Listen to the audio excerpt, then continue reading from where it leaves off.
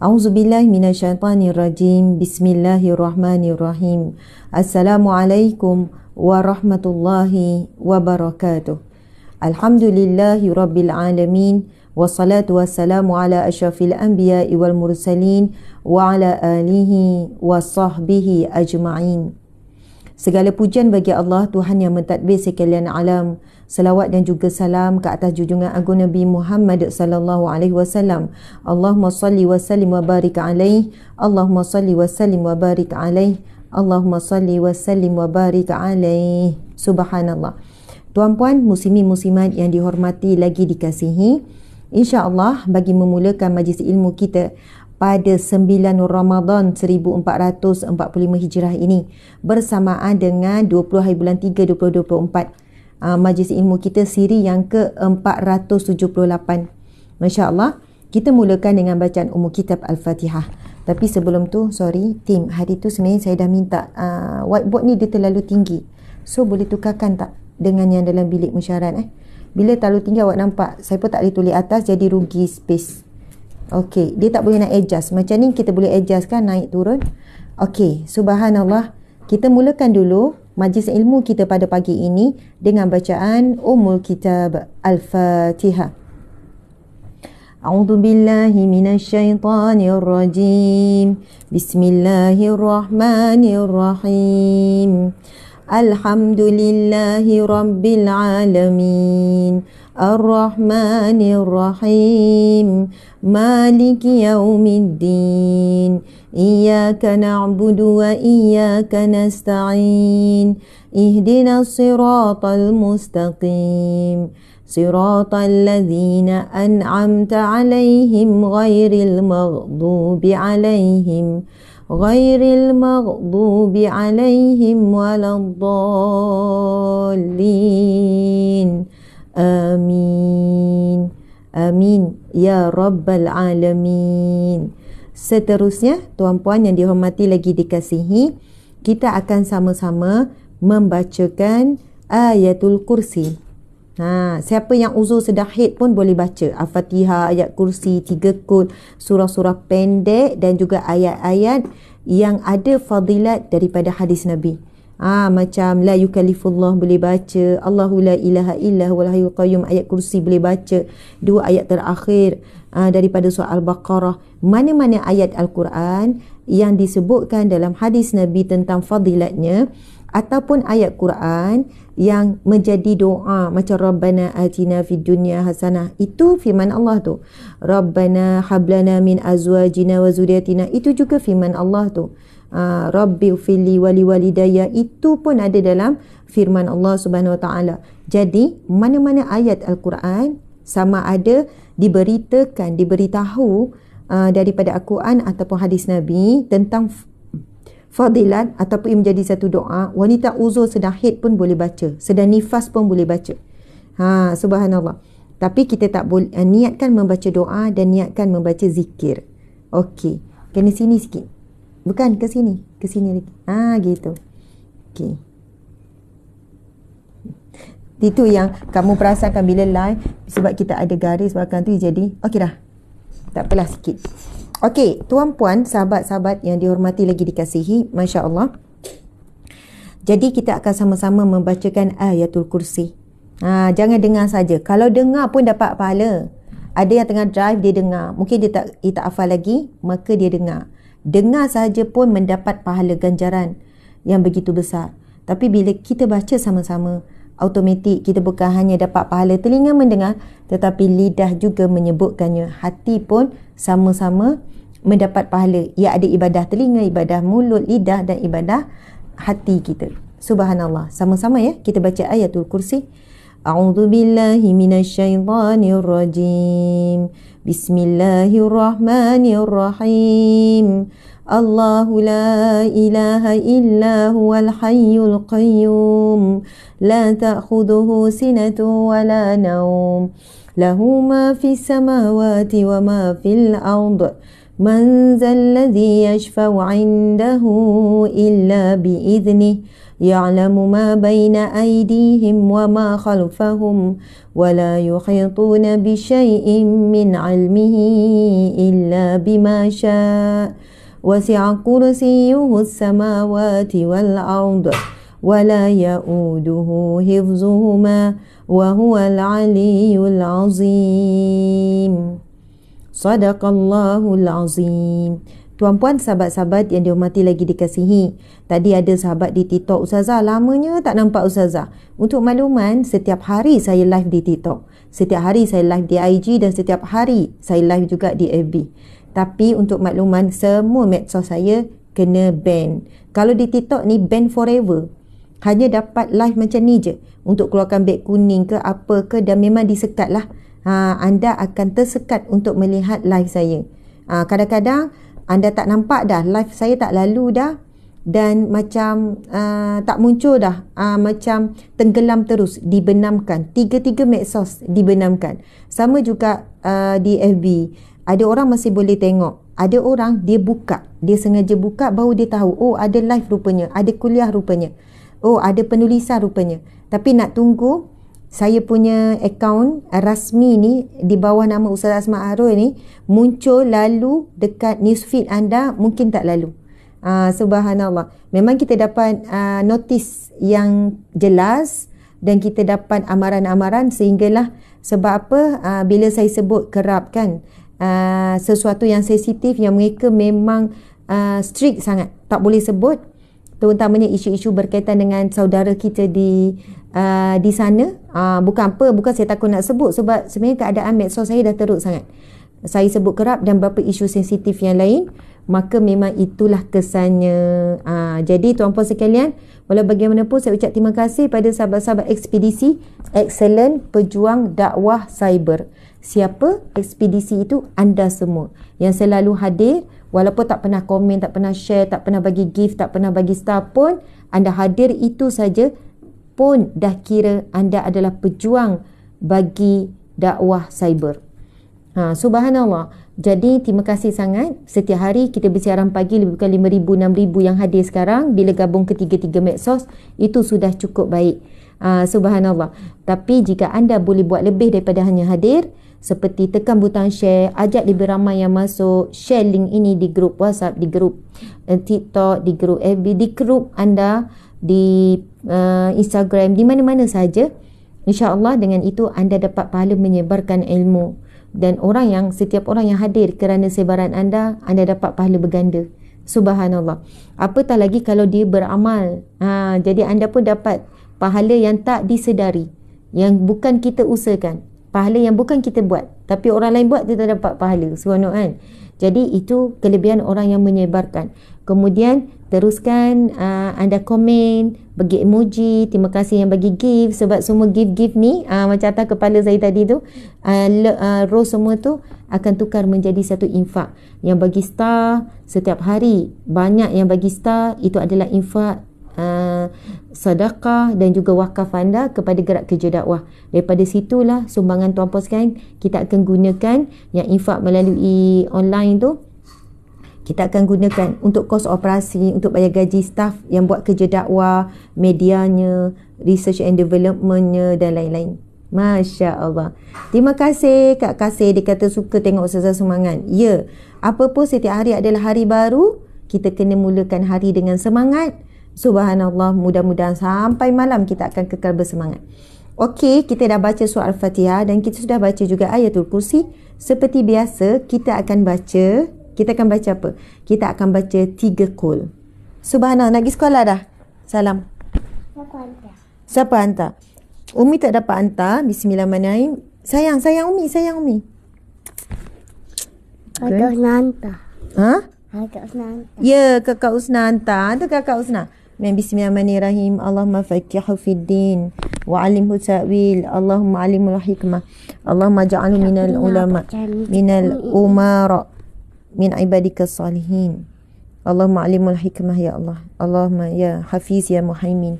Ya Allah yang maha menjaga, yang maha mengawasi. Ya Allah, peliharalah anakku dan awasilah anakku. Ya Allah, sayang Fatimah, pergi Pergi salam dan peluk Abi. Lepas tu okey. Okey. Dah. Okey. Subhanallah. Alhamdulillah, tuan-puan dimati Allah sekalian. Seterusnya kita akan membaca 3 kurs sebanyak 3 kali. Okey, kita baca sama-sama ya. Bismillahirrahmanirrahim. Qul huwallahu ahad. Allahus samad. Lam yalid wa lam yulad wa lam yakul lahu kufuwan ahad. Bismillahirrahmanirrahim. Qul huwallahu ahad. Allahus samad. Lam yalid wa lam yulad wa lam yakul lahu kufuwan ahad. Bismillahirrahmanirrahim. Qul huwallahu ahad. Allahus samad. Lam yalid wa lam yulad walam yakul lahu kufuwan ahad. Bismillahirrahmanirrahim. Qul a'udzu birabbil falaq min syarri ma khalaq wa min syarri ghasiqin idza waqab wa min syarri naffasati fil 'uqad wa min syarri hasidin idza hasad. Bismillahirrahmanirrahim. Qul a'udzu birabbil falaq min syarri ma khalaq wa min syarri ghasiqin idza waqab wa min syarri naffasati fil 'uqad wa min syarri hasidin idza hasad. Bismillahirrahmanirrahim.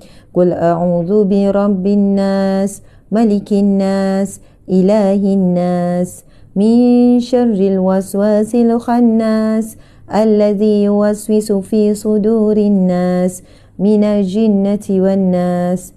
Subhanallah. Sebenarnya al-falaq ada satu lagi. Kamu kira tak, Dik? Betul tak al-falaq? Kurang satu. Lepas tu Bismillahirrahmanirrahim.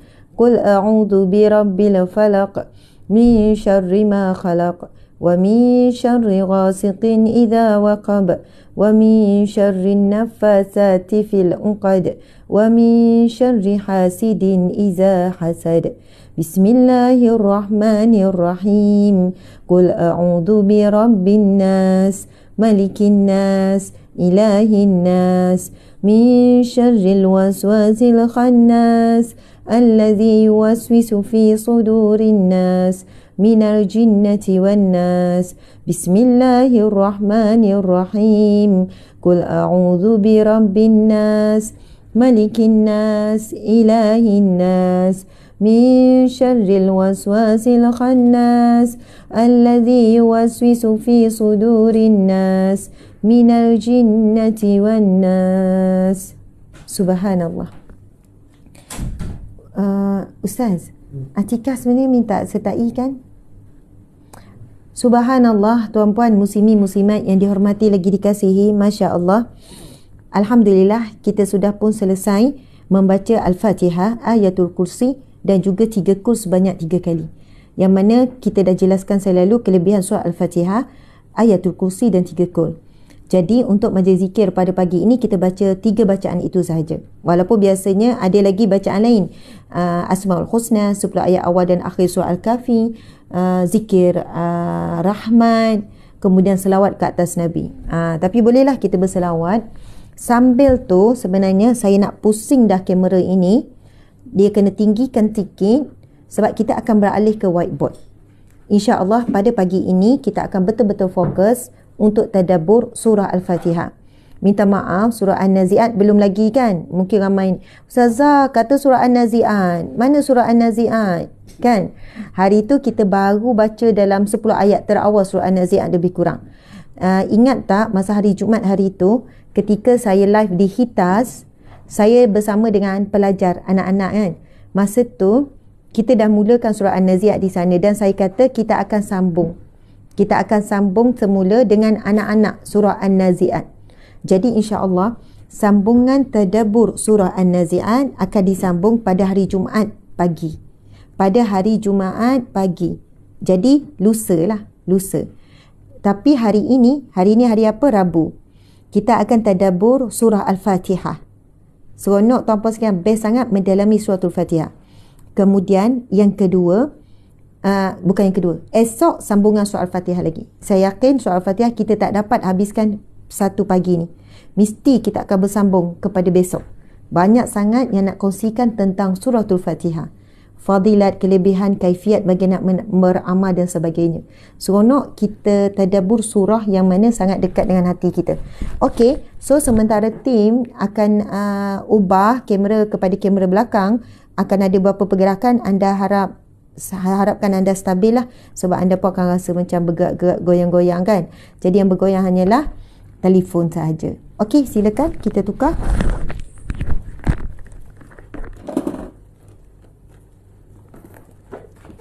Kaifiat juga dik, kaifiat.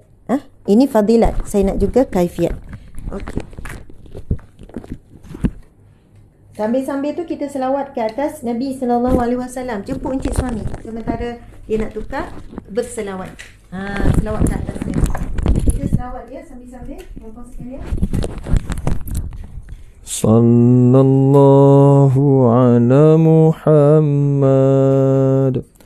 Sallallahu alaihi wasallam.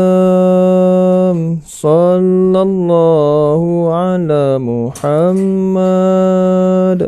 Sallallahu alaihi wasallam. Ya Nabi salam alaika. Ya Rasul salam alaika. Ya Habibu salamu alaika. Salawatullah alaika. Sallallahu ala Muhammad. Sallallahu alaihi wasallam. Sallallahu ala Muhammad. Sallallahu alaihi wasallam. Ashraqal badru alaina faktafat minhul buduru. مثل حسنك ما رأينا قط يا وجه السرور صلى الله على محمد صلى الله عليه وسلم Sallallahu ala Muhammad. Sallallahu alaihi wasallam.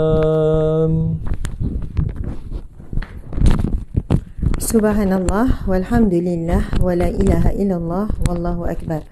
Okey, tuan-puan muslimin muslimat yang dihormati lagi dikasihi. Sekarang kita mulakan tadabbur suratul Fatihah. Bismillahirrahmanirrahim, insya-Allah. Seperti mana yang tuan-puan boleh lihat kepada ringkasan tentang suratul Fatihah. Subhanallah, mohon maaf tadi mungkin anak dia lukis guna marker yang tak boleh dipadam. Subhanallah, saya tak boleh nak padamkan. Ini Fatimah tadi dia sempat lukis. Ini Atikah, tak apalah, comel tu. Okey, Al-Fatihah. Okey, tuan-puan dimati Allah sekalian. Suratul Fatihah yang membawa maksud pembukaan. Surah Al-Fatihah yang membawa maksud pembukaan.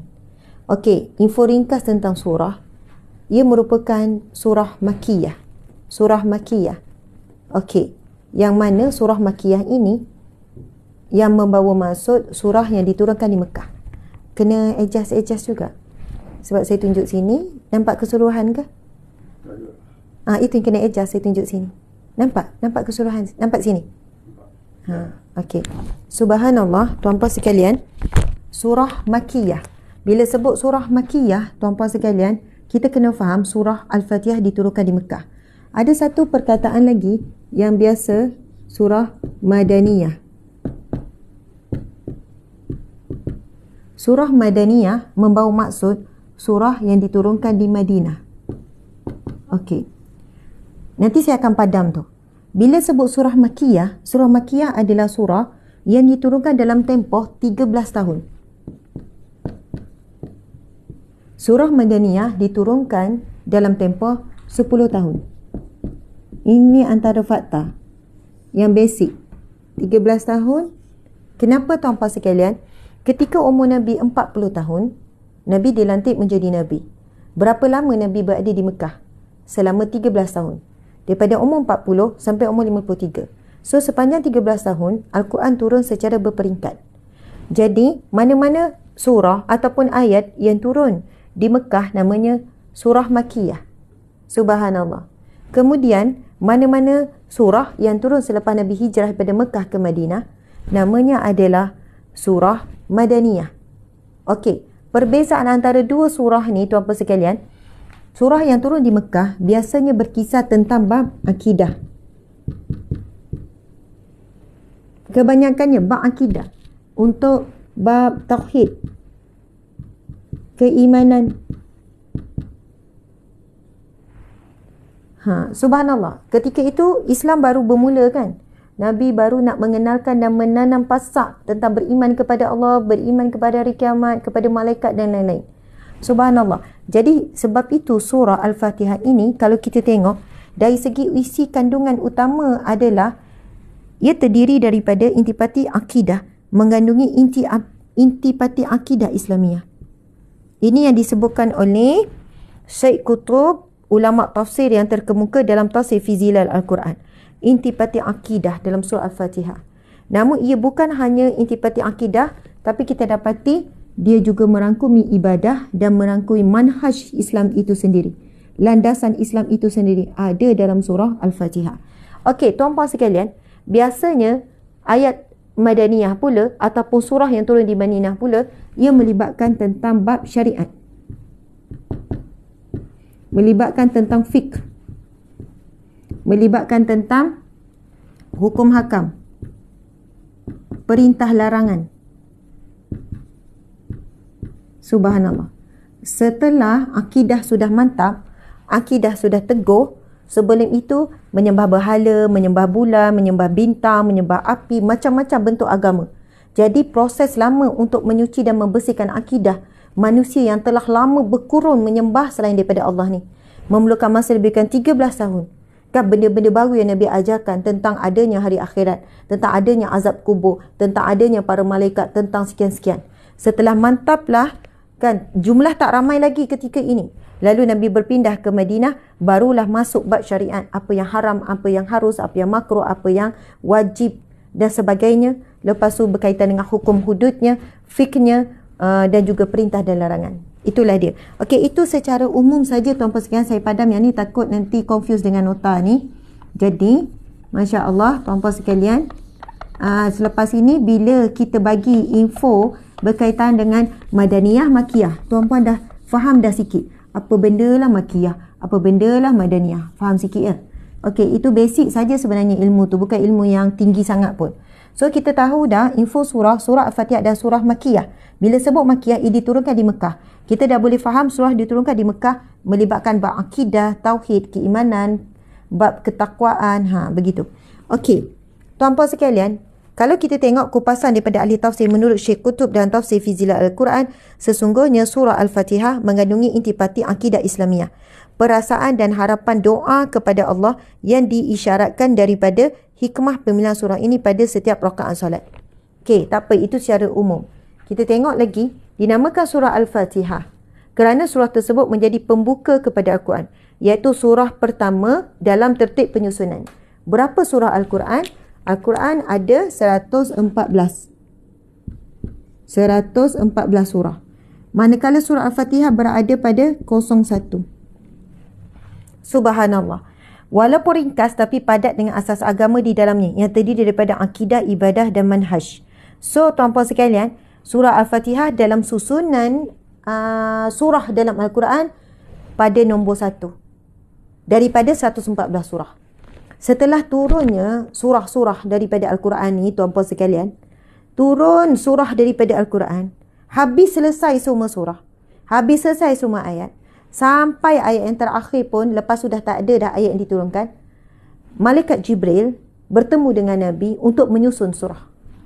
Maksudnya penyusunan surah yang bermula daripada Al-Fatihah, Al-Baqarah dan seterusnya, ia bukan hasil daripada perbincangan Nabi dengan para sahabat ke, okay, jom kita susun surah ni, mana nombor 1, mana nombor 20, surah ni ada berapa jumlah, tidak. Bukan daripada perbincangan para sahabat ke, tetapi ia daripada, hakikatnya daripada Allah melalui malaikat Jibril menyusun surah mengikut turutan. Kalau kita perasan, susunan tak ikut pun dari segi tarikh. Maksudnya dari segi tarikh lah. Maksudnya, contohnya, ayat apa yang pertama turun.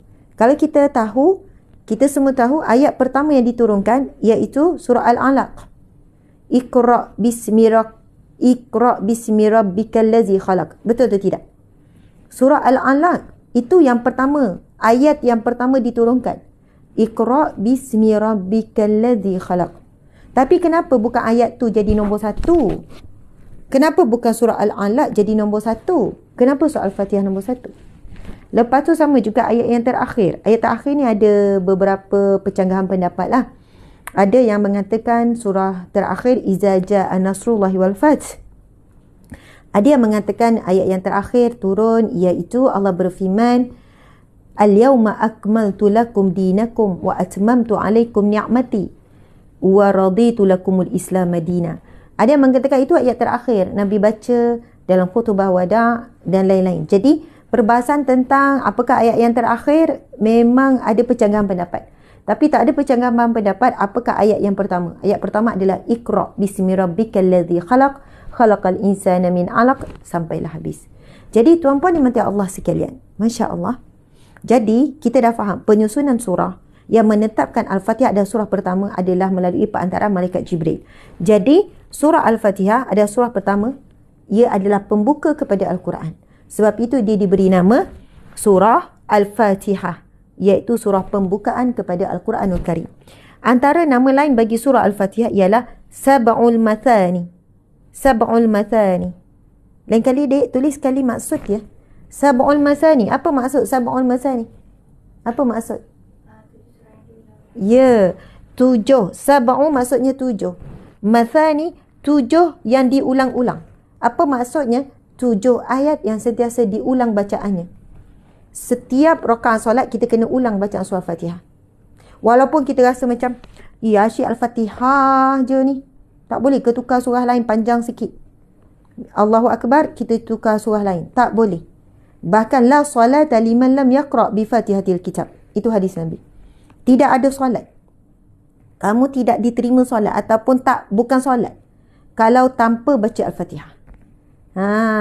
Walaupun 4 rakaat, 1 rakaat je tak baca Al-Fatihah, batal solat. Sebab Al-Fatihah adalah rukun. Jadi Nabi sebut la salata liman lam yaqra' bi Fatihatil Kitab. Tak dikira semayang, tak sah solat orang tak baca Al-Fatihah. Jadi Al-Fatihah kita baca daripada kecil sampai sekarang untuk setiap rakaat. Tapi betapa ajaib. Ajaib lah sebab kita tak pernah boring baca Al-Fatihah berulang-ulang. Kita tak pernah rasa jemu kan. Kita rasa jemu lah syuk Fatihah je. Bangun Fatihah, bangun Fatihah. Tapi Allah berikan kepada kita tak pernah rasa jemu dengan suratul Fatihah. Dan ia dinamakan Sab'ul Masani. Maksudnya 7 ayat yang diulang-ulang. 7 ayat yang diulang-ulang. Kemudian nama seterusnya Ummul Quran. Dia nampak tak ni? Seterusnya ada Ummul Quran, iaitu kita panggil Ibu Al-Quran. Ataupun kita panggil apa? Pusat Al-Quran. Kalau ibu negeri, pusat negeri kan? Ibu negara, pusat. Ibu pejabat, maksudnya pusat. So, Ummul Quran, dia pusat kepada Al-Quran. Seterusnya, ia Ummul Kitab. Dia pusat kepada segala kitab. Sebab apa? Dia bukan hanya pusat Al-Quran, tapi dia pusat semua kitab. Sebab ada kelebihan yang disebut, hadis tu pun saya nak. Nabi SAW bersabda, telah turun kepadaku satu surah yang tidak akan, mana-mana surah boleh menyamainya. Mana-mana ayat tidak boleh menyamainya. Mana-mana surah tak boleh menyamainya. Sama dia yang terkandung di dalam Al-Quran itu sendiri. Ataupun dalam Zabur, ataupun di dalam Taurat, ataupun dalam Injil. Sebab itu dia dipanggil pusat seluruh kitab. Pusat Al-Quran dan pusat ibu kepada seluruh kitab. Suratul Fatihah. Bukan hanya kitab Al-Quran, tapi Injil, Zabur dan Taurat pun dia pun menjadi ibu kepada Al-Kitab. Kemudian yang kelima, dia dipanggil juga namanya Al-Azim. Surah Al-Azim. Apa maksud Al-Azim? Agung. Surah yang agung. Sebab itu ada hadis Nabi. Memang menyebutkan surah Al-Fatihah itu surah yang agung. Nanti kita akan bacakan hadis ni. Kemudian yang kelima, disebut juga Fatihatul Kitab, iaitu pembuka kepada kitab. Pembuka kepada kitab. Okey, sekarang kamu kena beralih ke sana sebab kita nak beralih ke whiteboard. Whiteboard seterusnya. Okey, siapa yang nak print screen? Nak screenshot? Silakan nak screenshot.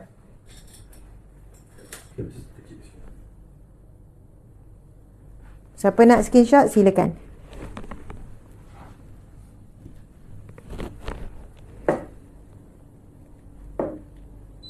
Okey. Subhanallah. Alhamdulillah. Dah screenshot kan? Okey, sekarang kita nak beralih ke whiteboard ni. Masya Allah. Seronok ni, bila kita mula conteng-conteng ni, seronok. Baru seronok dapat whiteboard yang saiz macam ni.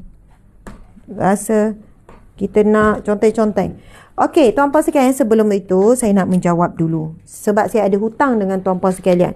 Saya tengok orang yang tunggu tu dah berapa kali dah komen minta. Saya duk kata nanti saya tulis. Hari ni saya dah bangun, saya mula dengan tulis. Kita nak pergi kepada first surah Fatihah ni seterusnya. Hari ini sebagai mukadimah, pertama saya akan bacakan fadilat. Fadilat surah. Apa maksud fadilat surah? Fadilat maksud dia kelebihan.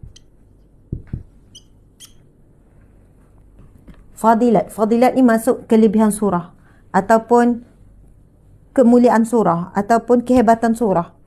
Apakah kehebatan surah Al-Fatihah? Fadilat surah Al-Fatihah. Lepas tu, kedua, kaifiat. Kaifiat ini bagaimana nak beramal. Okey. Fadilat surah Al-Fatihah lebih kepada kelebihan. Ada lebih kurang sama ada 5 ataupun 6 hadis yang kita akan sama-sama memahami dan mengupas tentang fadilat. Kemudian kita akan pergi pada kaifiat, bagaimana nak beramal dengan surah Al-Fatihah. Lepas tu, yang ketiga, ini esok, barulah kita pergi tafsir per ayat.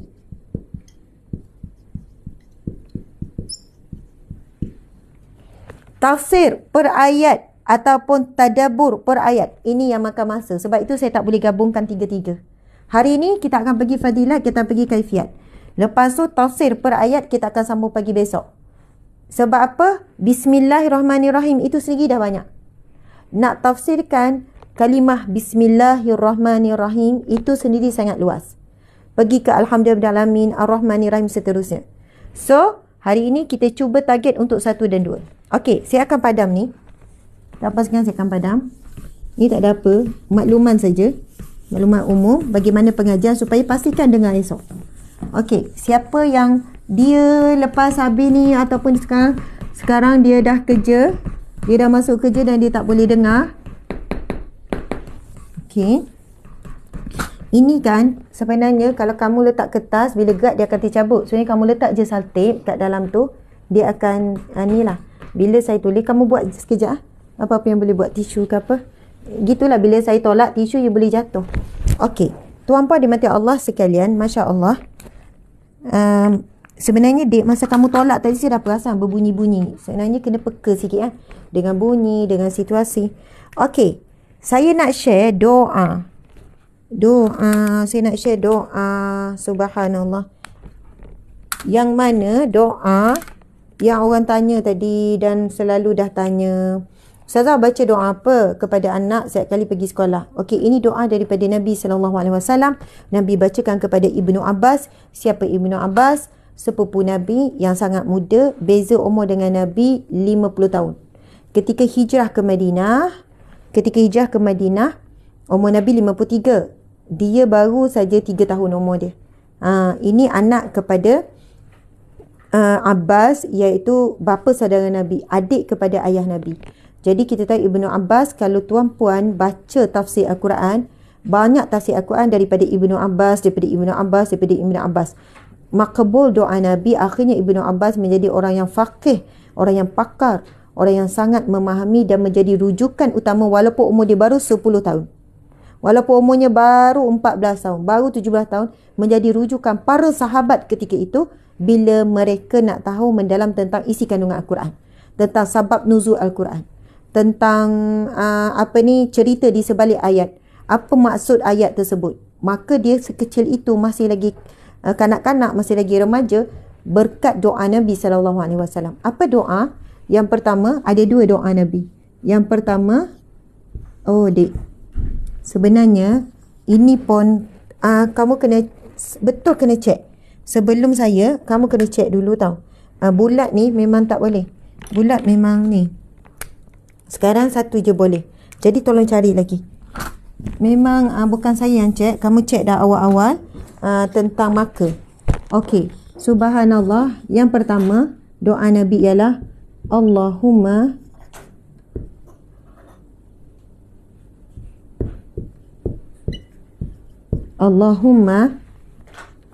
awak betul tengah-tengah. Saya rasa awak tak tengah-tengah. Allahumma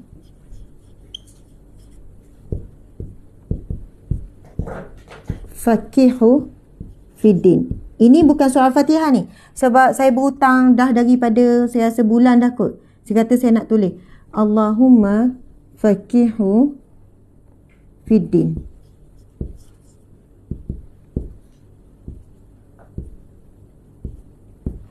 Allahumma faqihu fiddin wa 'allimhu ta'wil. Ini hadis yang sahih ya.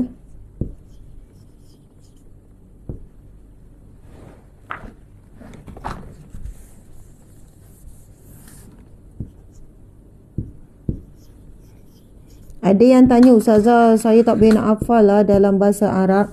Cuba. Pasti boleh. Siapa yang nak, pasti Allah buka jalan. Wa'allimhu ta'wil. Sementara tak hafal lagi tu, boleh je dalam bahasa Melayu. Tapi jangan, bila kita sebut boleh je bahasa Melayu, langsung tak nak hafal. Tak nak usah. Wa'allimhu ta'wil.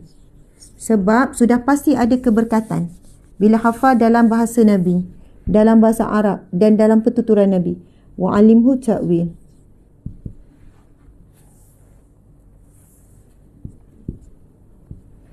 Allahumma faqihu fiddin wa'allimhu ta'wil. Okey. Apa maksudnya tuan-puan sekalian? Ini doa yang pertama. Maksudnya ialah, okey, ini cantik saya rasa. Ya, cantik. Okey. Maksudnya ialah Allahumma, ya Allah. Allahumma, kalau apa-apa doa Allahumma maksudnya ya Allah. Faqihu, berilah. Okey, saya tulis. Tapi saya suka tulis per ayat tau. Cuma saya tersalah rapat. Ya Allah, faqihu fiddin. Ya Allah, berikanlah kefahaman. Ini faqihu maksudnya berilah kefahaman. Ya, bukan kefahaman. Faqih ni kepakaran. Maksudnya ialah dia jadi pakar. Berilah kefahaman, kepakaran. Apa lagi istilahnya? Okey, berikanlah kefahaman, kepakaran fiddin. Fi ni maksudnya di dalam. Ad-din, apa maksud ad-din? Di dalam agama. Apa maksud takwil? Apa maksud takwil? Nanti kita jelaskan. Agama. Bila sebut, ya Allah berikanlah kefakihan ataupun kepakaran, kefahaman fiddin dalam agamanya. Fiddin dalam agama ataupun dalam ilmu agama. Apa dia ilmu agama? Ilmu akidahnya, ilmu fiknya ataupun ilmu syariatnya, ilmu tasawufnya. Maksudnya dia jadi faqih, jadi alim. Berilah jadi kefahaman, kepakaran, kealiman. Ilmu fiknya, ilmu tasawufnya. Masya Allah. Jadi tuan-puan sekalian, kita doa pada anak kita dengan doa Nabi SAW.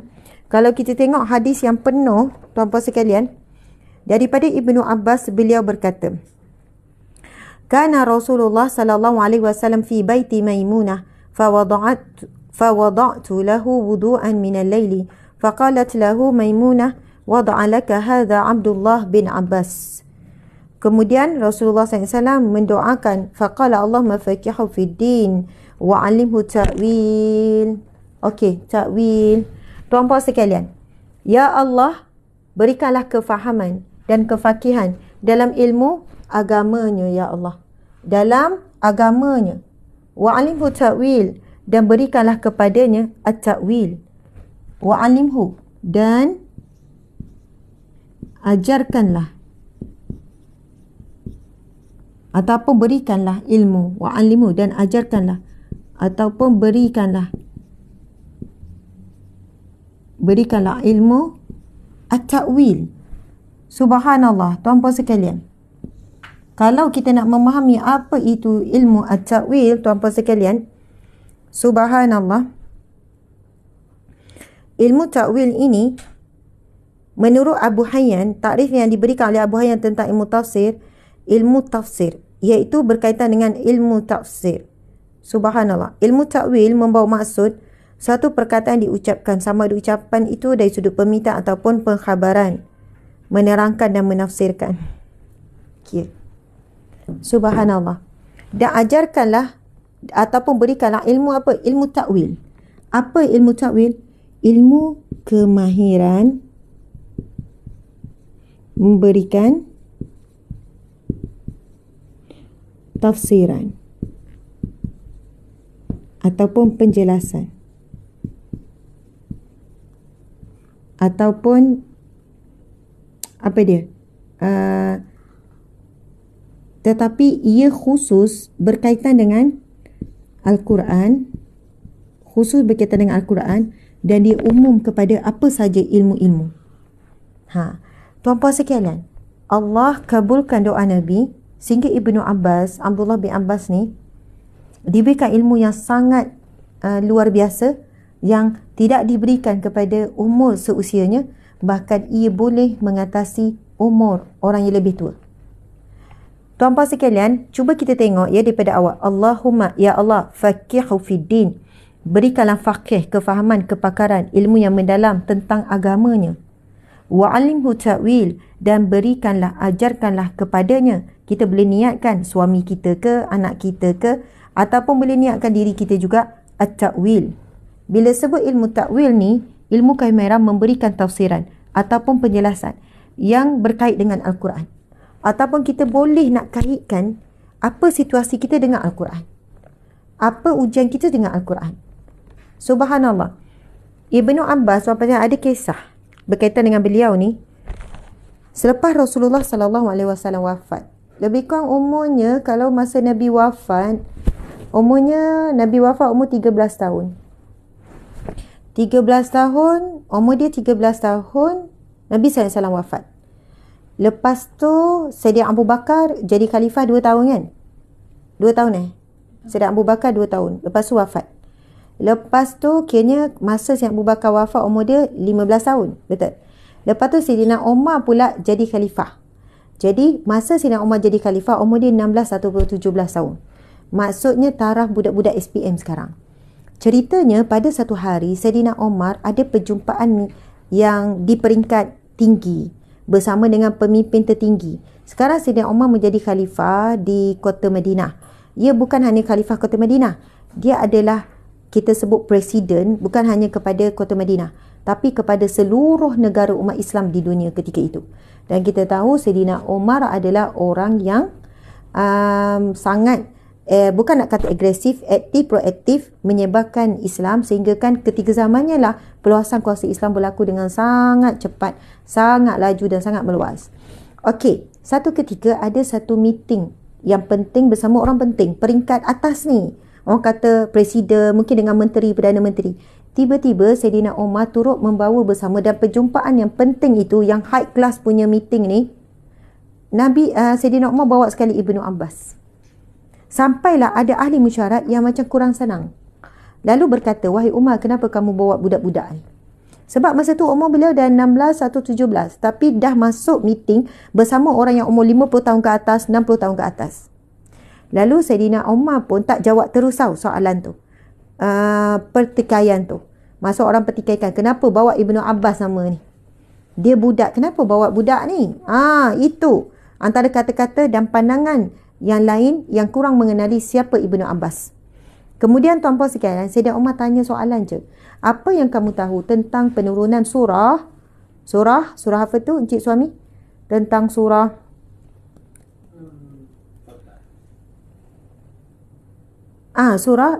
betul, nama surah apa? Iza Ja'a An-Nasrullahi wal Fath. Cari. Surah An-Nasr. Carikan surah tu sekejap. Tuan-puan sekalian, insya-Allah kita hafal surah ni. Kita baca sama-sama ya. Saidina Umar tanya soalan, siapa yang tahu berkaitan dengan penurunan ataupun sebab penurunan surah An-Nasr? Bismillahirrahmanirrahim. Idza jaa nasrullahi wal fath wa ra'aitan nasa yadkhuluna fi dinillahi afwaja fasabbih bihamdi rabbika wastaghfir innahu kana tawwaba. Sadaqallahul azim. Kalau kita tengok terjemahan kepada surah An-Nasr ini, idza jaa nasrullahi wal fath, apabila datangnya, kita baca sama-sama surah ni sekali lagi. Surah An-Nasr. Bismillahirrahmanirrahim. Idza jaa nasrullahi wal fath wa ra'aitan nasa yadkhuluna fi dinillahi afwaja fasabbih bihamdi rabbika wastaghfir innahu kana tawwaba. Sadaqallahul azim. Okey, tuan-puan sekalian, apa maksudnya? Idza jaa nasrullahi wal fath, apabila datangnya pertolongan Allah dan juga kemenangan. Wa ra'aitan nasa yadkhuluna fi dinillahi afwaja, dan engkau boleh melihat bahawa manusia itu masuk ke dalam agama Allah berbondong-bondong ataupun beramai-ramai masuk ke dalam agama Allah. Fasabbih bihamdi rabbika wastaghfir, maka bertasbihlah memuji Allah, dan fasabbih, maka bertasbihlah, wa bihamdika, dan pujilah Tuhanmu, wa bihamdi rabbika wastaghfir, dan mohon ampun kepada Tuhanmu, innahu kana tawwaba, sesungguhnya dia Maha Pengampun. Okey. Saidina Umar dia tanya, apa yang kamu tahu tentang surah ini? Semua sahabat Nabi yang lain jawab, surah itu berkaitan dengan apabila kita dapat kemenangan, pertolongan Allah, kita kena memuji Allah. Bila kita menang perang ataupun menang apa saja, bila kita macam sekarang, kuasa kita semakin meluas, so kita dituntun untuk fasabbih, bertasbih, wa bihamdika, memuji Allah, wa bihamdi rabbika, memuji Allah, fasabbih bihamdi rabbika wastaghfir, dan juga mohon ampun. Semua jawab yang begitu. Lalu Saidina Umar pun tanya, wahai Ibnu Abbas, apa yang kamu tahu tentang surah ini? Setelah semua jawab jawapan hampir sama, kalau kita fikir logik, kita baca ayat tu pun kita faham begitu, betul tak? Maksud kalau kita baca ayat tu, sebab ayat tu jelas, iza jaa nasrullahi wal fath, apabila datang pertolongan Allah dan juga kemenangan. Lalu kita faham, okey, bila kita dapat kemenangan apa-apa, kita diminta untuk tasbih, tahmid dan juga istighfar. Masya Allah. Jadi tuan-puan sekalian, nanti kita akan tadabbur surah ni. Memang hebat sangat. Kenapa bila boleh kemenangan, Allah suruh tasbih, tahmid dan juga istighfar. Kenapa kena mohon ampun? Bila kita menang sesuatu, kena mohon ampun. Masya Allah. Bila kita dapat capai kejayaan, kena mohon ampun. Bila kita dapat capai target, kena mohon ampun. Kita biasa istighfar ni bila start, bila ada masalah, mungkin ada dosa kita. Tapi tidak. Dalam firman Allah ni, Allah suruh kita buat 3 perkara. Bila datang pertolongan Allah dan kamu dapat capai sesuatu kemenangan, kejayaan ke, kegembiraan ke, berita gembira ke, kena buat 3 ni. Tasbih, tahmid dan istighfar. Astaghfirullah. Mohon ampun. Innahu kana tawwaba. Lalu tuan-puan sekalian, apa yang berlaku? Bila Saidina Umar kata, wahai Ibnu Abbas, Apa pendapatmu? Apa pengetahuanmu tentang surah ini? Ibnu Abbas pun menjawab, wahai Umar, apa yang aku tahu, surah ini sebenarnya turun untuk menyatakan, ditujukan kepada Nabi SAW bahawa dekatnya Nabi dengan kewafatannya. Sebab itu ada ulama membahaskan kan pertikaian, dikatakan ini surah yang terakhir turun. Subhanallah, surah ini adalah signal ataupun petanda, adalah petunjuk yang Allah berikan kepada Nabi bahawa kewafatannya, kematian Nabi sudah dekat. Maksudnya Nabi sudah hampir nak kembali kepada Allah. Sayyidina Umar pun berjawab, ia benar apa yang dikatakan Ibnu Abbas itu benar. Surah itu turun ada kaitan dengan tarikh ataupun dekatnya dengan hari kematian Nabi SAW. Maksudnya, subhanallah, apabila Nabi sudah berjuang, berjihad, sudah mencapai satu kedudukan ni, sekarang tiba masanya kamu kembali kepada Allah. Maka dalam situasi ini, banyakkanlah memuji Allah, banyakkanlah bertasbih dan mohon ampun kepada Allah Subhanahu Wa Taala bila dekatnya kamu dengan kematian. Kalau kita dengar surah itu macam kegembiraan, kemenangan, tapi sebenarnya surah itu menyampaikan mesej yang tersirat. Sebenarnya Allah nak menyatakan, wahai kekasihku, ya Rasulullah, wahai hambaku, engkau sudah hampir dengan tamatnya misi kamu diutuskan. Sudah hampir dekat garisan penamat tugas kamu sebagai Rasul dan sebagai Nabi, dan kamu akan wafat. Subhanallah. Akhirnya Sayyidina Umar membenarkan dan masing-masing pun mengakui bahawa ilmu yang mereka tahu tentang Al-Quran tidak boleh mengatasi ilmu Ibnu Abbas. Inilah doa daripada hadis yang sahih. Nabi bacakan doa ini kepada Ibnu Abbas. Allahumma ya Allah faqihu fiddin, beri dia kefahaman agama tentang kepada Ibnu Abbas.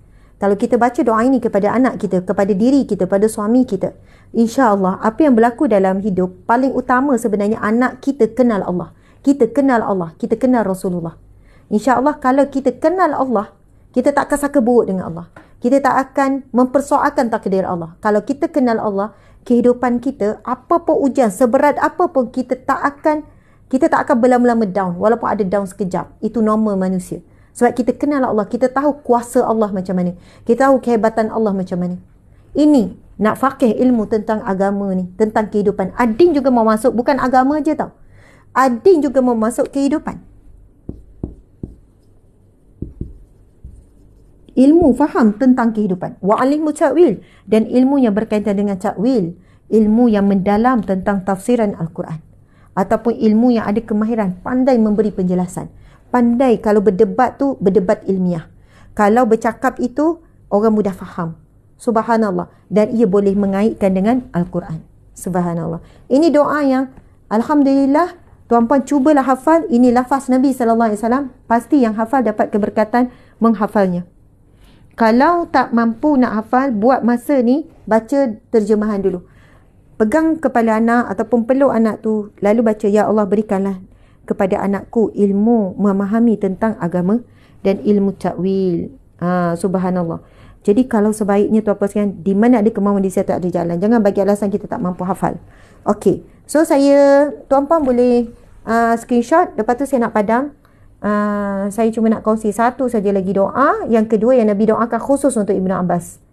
Sebab itu dia sangat bijak. Kalau tuan-puan baca kitab tafsir, ikutlah fi Zilal Quran ke, tafsir Hamka ke, tafsir Al-Azhar oleh Prof Hamka ke, tafsir Syekh Kutub, tafsir Ibnu Katsir ke, tafsir apa lagi, tafsir Munir ke, anda akan dapati nama Ibnu Abbas sentiasa paling banyak lah menurut Ibnu Abbas, menurut Ibnu Abbas, menurut Ibnu Abbas. Sebab ilmu penguasaan ilmu tafsir Al-Quran adalah pada Ibnu Abbas. Ada juga daripada sahabat-sahabat Nabi yang lain, ada juga, banyak juga, tapi paling utama Ibnu Abbas lah. Okey, dah ha? Okey, subhanallah. Subhanallah. Satu lagi doa. Sebab ini yang berhutang betul-betul ni, tuan-puan sekalian. Doa ni jangan untuk anak je, untuk kita juga. Sebab kita tak nak kita baca Quran je, kita nak memahami isi kandungan Al-Quran. Dan kita boleh berhujah dengan diri kita. Kita sendiri jawab masalah kita melalui Al-Quran. Baca Quran je selesai masalah. Bukan senang tuan-puan sekalian. Ada orang baca sampai satu juzuk, lepas tu serabut balik. Tapi ada orang baca berapa ayat je, terus dapat jawapan. Ilmu memahami Al-Quran ini sangat mahal. Tapi kena minta dengan Allah. Okey, tuan-puan sekalian. Doa yang kedua ialah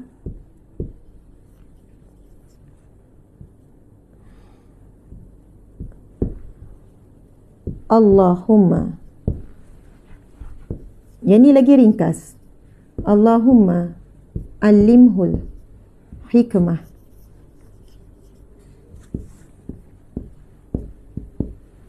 Allahumma alimhul hikmah. Allahumma alimhul hikmah. Hadis riwayat Bukhari. Dua-dua adalah hadis yang sahih. Yang tadi pun hadis riwayat Bukhari. Betul? Tadi pun hadis sahih riwayat Ahmad. Okey, yang ini pula hadis sahih riwayat Bukhari. Allahumma, maksud apa? Ya Allah, alimhu, ajarkanlah. Boleh niatkan untuk diri kita. Padanya, ajarkanlah kepadanya. Kepadanya siapa? Boleh niatkan anak, suami ataupun kita sendiri. Ajarkanlah kepadanya al-hikmah, kebijaksanaan. Subhanallah, tanpa sekalian. Ya Allah, ajarkanlah kepadanya. Kalau nak tukar kepada diri sendiri boleh. Allahumma. Kalau nak tukar domir bolehlah. Tapi kadang kita tak mahir nak tukar ni. Alimni hikmah. Ya Allah, ajarkanlah kepadaku. Tapi tak apalah. Kita hafal jemaah sebagaimana yang Nabi sebutkan. Sebab Nabi doakan. Kita boleh ambil yang ni. Kan nanti confuse pula.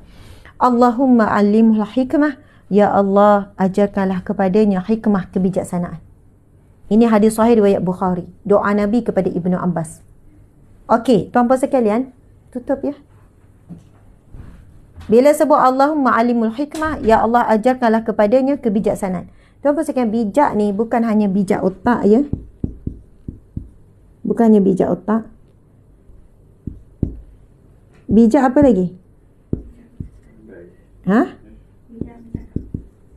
Bolehlah bijak bercakap boleh. Bijak spiritual. Bijak apa lagi? Sebenarnya nak sebut otak kelakar lah pula. Ya, mental ataupun kita panggil IQ. Kalau emosi kita panggil EQ kan. Lepas tu SQ, spiritual. Lagi bijak fizikal. Banyak lagi lah tuan-puan sekalian. Bijak ni bukan hanya pada mental saja tau. Bijak emosi. Hari ni kita sendiri tak bijak. Emosi kita tak bijak. Emosi anak kita tak bijak. Subhanallah. Lepas tu spiritual, kebijaksanaan spiritual. Orang yang ada kebijaksanaan spiritual, apa-apa dia hadapi ujian, masalah apa semua yang akan mendorong ataupun membimbing ketika itu kebijaksanaan spiritual. Kekuatan spiritual ni tuan-puan sekalian. Kekuatan fizikal, kebijaksanaan dari sudut fizikal. Dari segi kesihatan, kecergasan, ketangkasan, kecepatan, semualah. Subhanallah, tuan-puan sekalian. Kalau kita sebut hikmah, kita biasa guna ayat. Ada hikmah di sebalik. Ada hikmah di sebalik. Betul tak? Tapi tak semua orang memahami apa yang berada di sebalik. Ada orang bila berlaku sesuatu, cepat dia nampak hikmah. Cepat dia cari hikmah. Dan walaupun dia tak nampak lagi, dia tutup terus, pasti ada hikmah. Pasti ada sebab Allah takdirkan begini. Pasti ada sesuatu yang Allah nak beri. Oh, ini bijak emosi. Dia tak nampak lagi ni. Keadaan tengah buruk sangat ni. Negatif sangat ni. Down sangat ni. Tapi dia boleh. Emosi dia bijak masa tu terus sebut. Ada hikmah. Ada sesuatu Allah nak beri. Mesti Allah tak akan buat perkara ni sia-sia. Kita boleh belajar sesuatu daripada semua ni. Sekarang adalah waktunya kita mengutip hikmah kita sebut. Betul tak? Sekarang waktunya kita mengutip hikmah daripada kejadian. Bukan lagi waktunya kita nak menyesali. Aku menyesal cakap macam tu itu. Aku menyesal aku bertindak macam tu. Aku menyesal aku buat tu. Aku menyesal setuju dengan dia tu. Aku menyesal percaya pada dia tu. Aku menyesal serahkan cintaku kepada dia. Aku menyesal bla bla bla bla. Bila sesuatu dah berlalu, itu bukan waktunya kita mengutip penyesalan. Tapi waktunya kita mengutip hikmah. Sebab itu bukan senang nak jadi bijak ni. Bukan hanya bijak mental, bijak emosi, bijak spiritual, bijak fizikal. Subhanallah. Jadi nak jadi bijak ni, amalkan doa Nabi SAW kepada Ibnu Abbas ni. Boleh niatkan untuk diri sendiri. Okey. Print screen sekarang. Print screen sekarang. Dah Saya nak padam. Okey, sekarang kita nak pergi kepada soal Fatihah. Ramai tak suka ni, kita kongsi ni. Cuma orang tanya yang pasal tukar-tukar tu saya tak tahu lah. Yang tukar-tukar kepada diri sendiri tu. Alimnil hikmah. Orang tanya soalan tu. Ya. Belum tu pun sama juga. Allahumma faqihni fid din. Jadi tukar macam tu. Macam ni. Bagi orang yang mahir bahasa Arab, anda boleh tukar. Tapi bagi yang tak mahir, kita baca pun ayat ni, tapi Allah tahu niat kita untuk diri sendiri. Faham tak? Allah tahu kita doa tu untuk diri sendiri.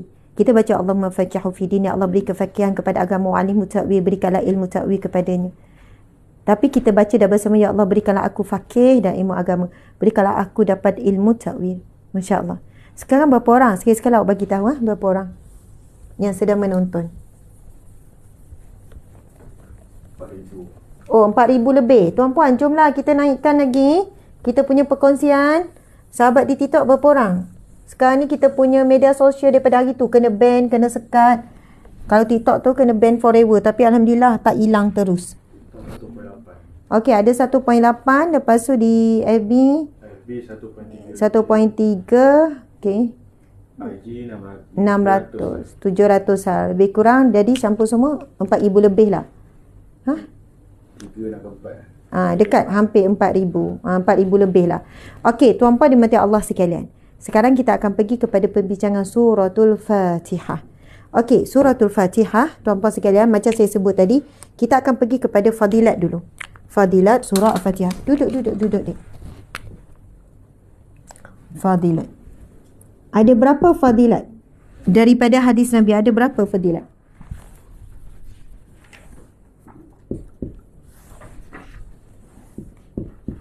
Jumlahkan. Berapa?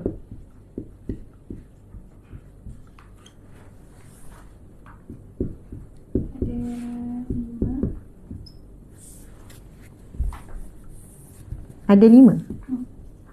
Okey, fadilat surah Al-Fatihah. Masya Allah.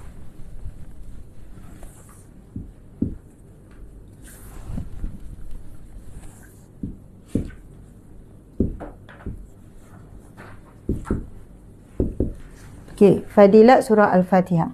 Yang pertama, surah Al-Fatihah adalah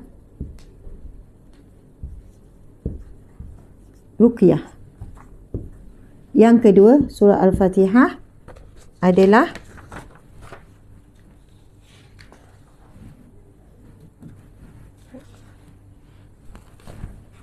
cahaya. Yang ketiga, surah Al-Fatihah adalah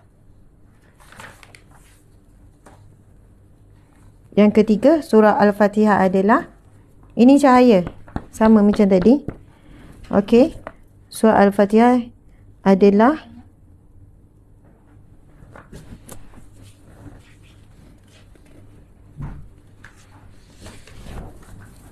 surah yang paling agung. Okey, lepas tu yang keempat, surah Al-Fatihah adalah dia punya point.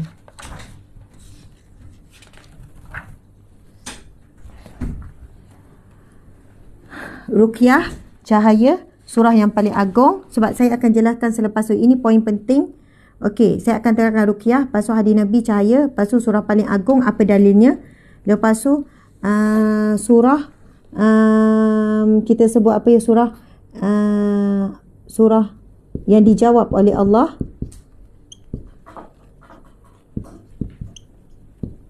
Dijawab oleh Allah.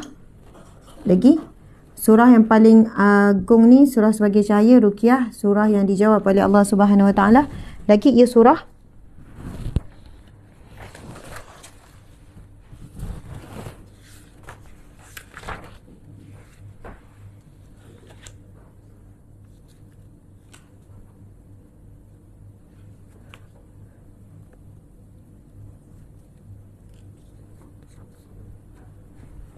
okey, sebenarnya ada 5.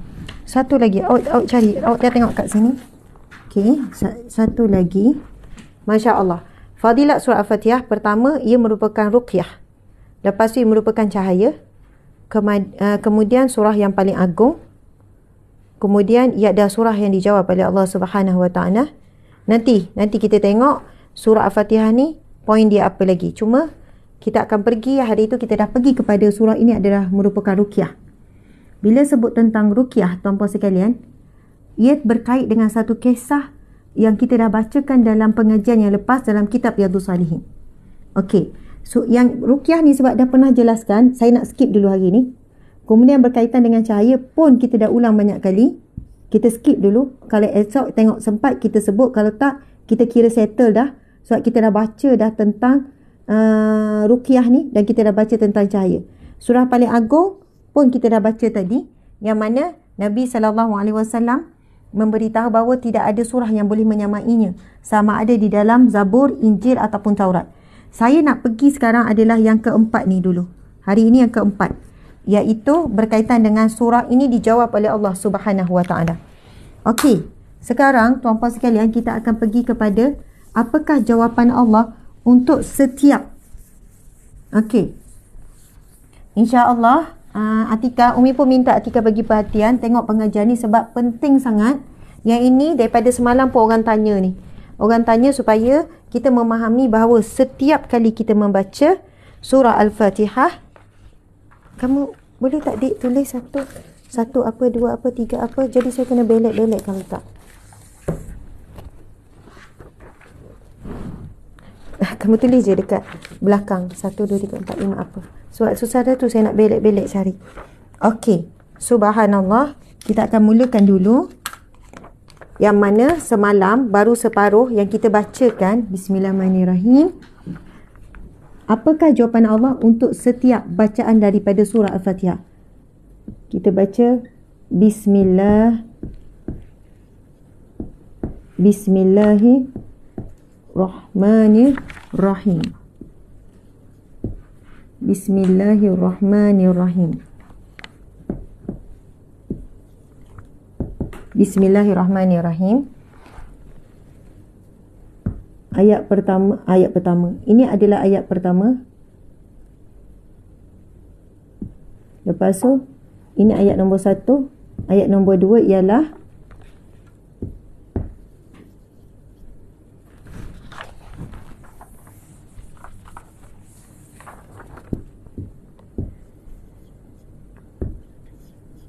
Alhamdulillahi Rabbil Alamin. Maaf, saya tulis kecil sikit sebab sebenarnya nak tulis apa jawapan Allah. Alhamdulillahi Rabbil Alamin. Saya takut tak muat ni. Jawapan Allah dekat sini, lepas tu ayat. Apa kita tengok. Alhamdulillahi Rabbil Alamin. Okey. Subhanallah. Ini merupakan hadis sahih riwayat Muslim. Nabi SAW bersabda, sesungguhnya, ini diceritakan oleh siapa? Abu Hurairah. Sesungguhnya aku pernah mendengar Rasulullah SAW bersabda, Allah Subhanahu Wa Taala berfirman, aku membahagikan as-salah, iaitu nama lain dalam surah Al-Fatihah, kepada dua bahagian, antara aku dan hambaku. Untuk hambaku apa yang dia mohon. Okey, ingat tak semalam kita belajar bab ni?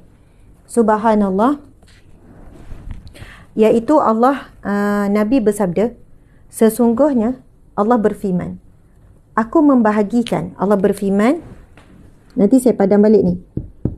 Allah berfirman, aku membahagikan. Aku membahagikan surah Al-Fatihah.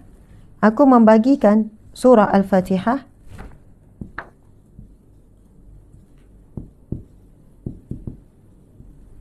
kepada dua bahagian.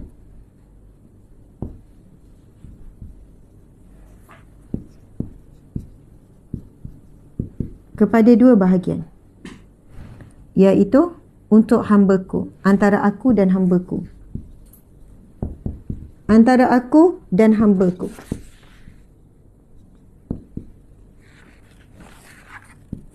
Untuk hambaku,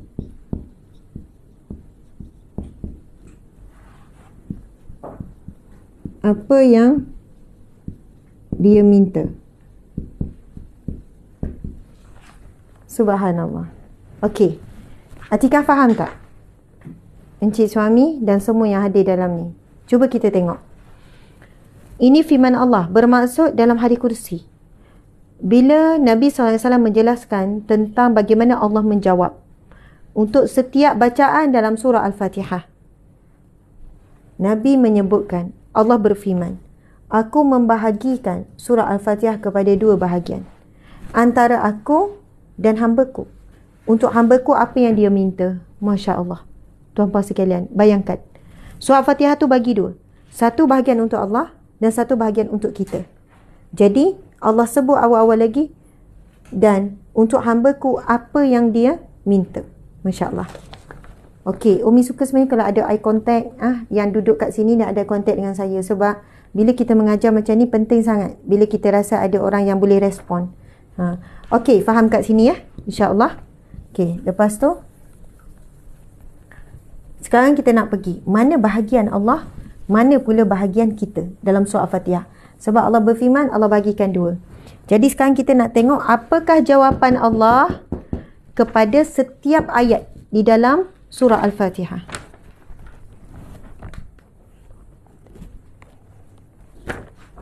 Okey, alhamdulillahi rabbil alamin. Jadi Allah pun menjawab, hamidani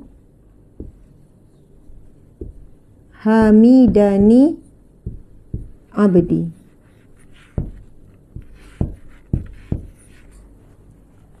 Hamidani abdi membawa maksud hamba-Ku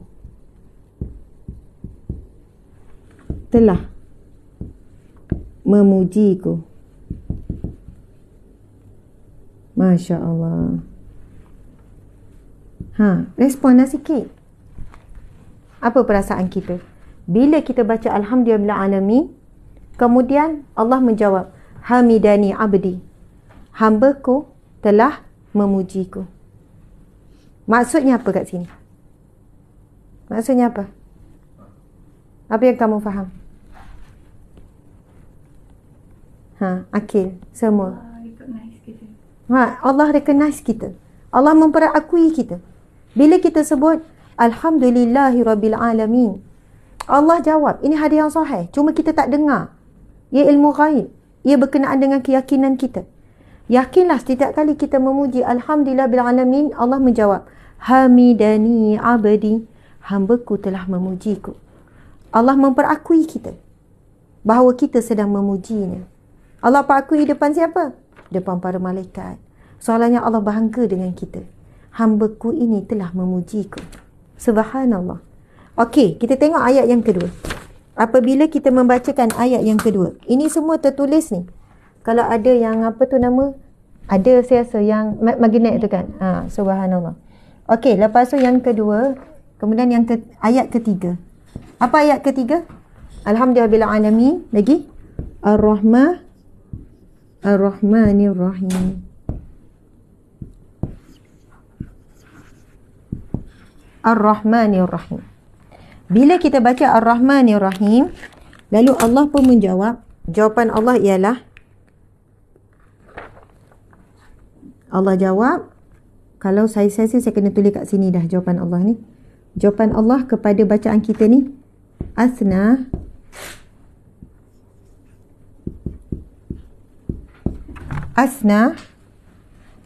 alayya abdi. Siapa yang tengah tulis tu, ambil nota ni. Asna alayya abdi.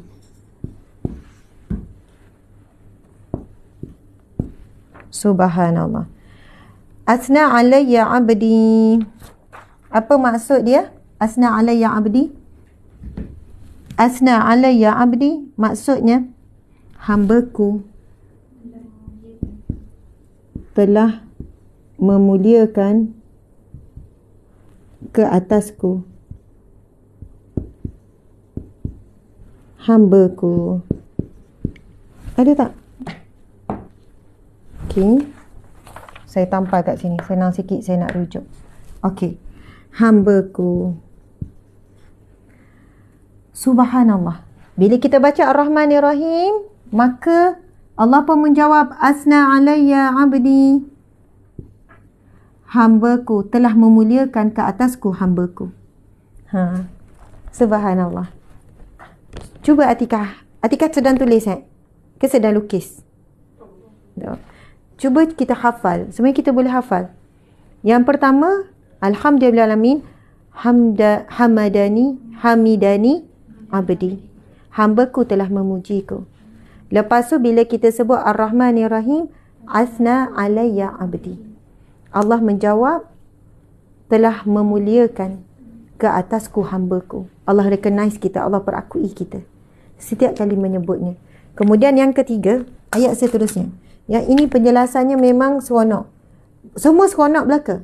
Sebab kita seronok bila tahu Allah menjawab setiap ayat di dalam surah Al-Fatihah. Yang keempat, apa ayat keempat? Maliki yaumiddin. Ayat keempat ialah Maliki yaumiddin. Apa jawapan Allah? Kita tengok lepas ni. Maliki yaumiddin.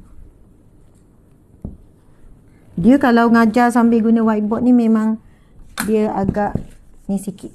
Banyak. Kalau duduk saja tu tenaga kita bercakap je. Bila ni Maliki yaumiddin.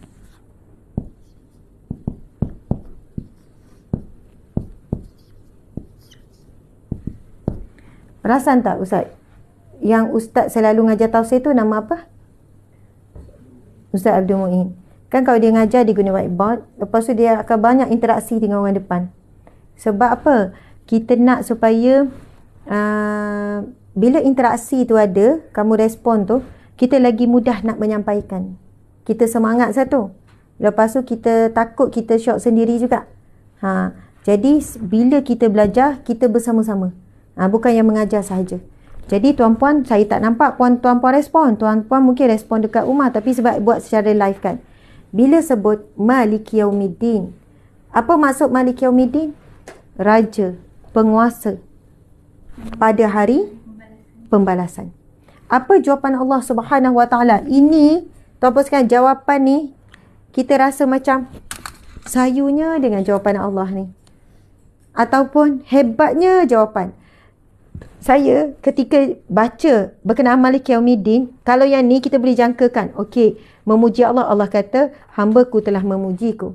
Bila sebut Ar-Rahmanir-Rahim pun hampir sama, hambaku telah memuliakanku. Tetapi apabila kita pergi kepada Maliki yaumiddin, jawapan Allah tidak disangka-sangka. Tak disangka-sangka cara Allah menjawab bila kita sebut Maliki yaumiddin. Apa jawapan Allah untuk Maliki yaumiddin?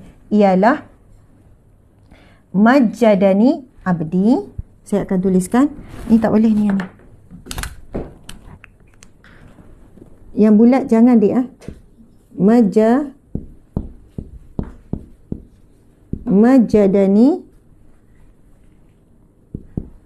Majjadani abdi. Majjadani abdi. Panjang sikit jawapan Allah. Marratan fawwada ilayya abdi.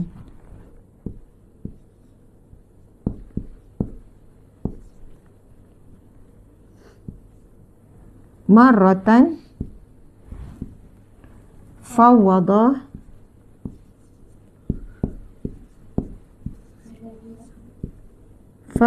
alayya abdi.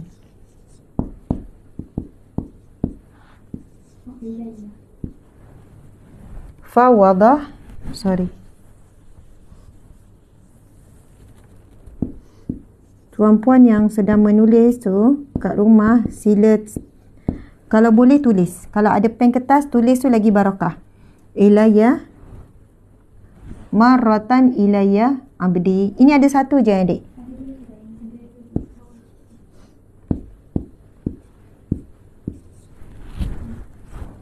Okey. Marratan ilayya abdi. Mari kita tengok apakah maksudnya. Masya Allah. Majjadani abdi maksudnya adalah hambaku telah mengagungkanku. Majjadani abdi telah mengagungkanku.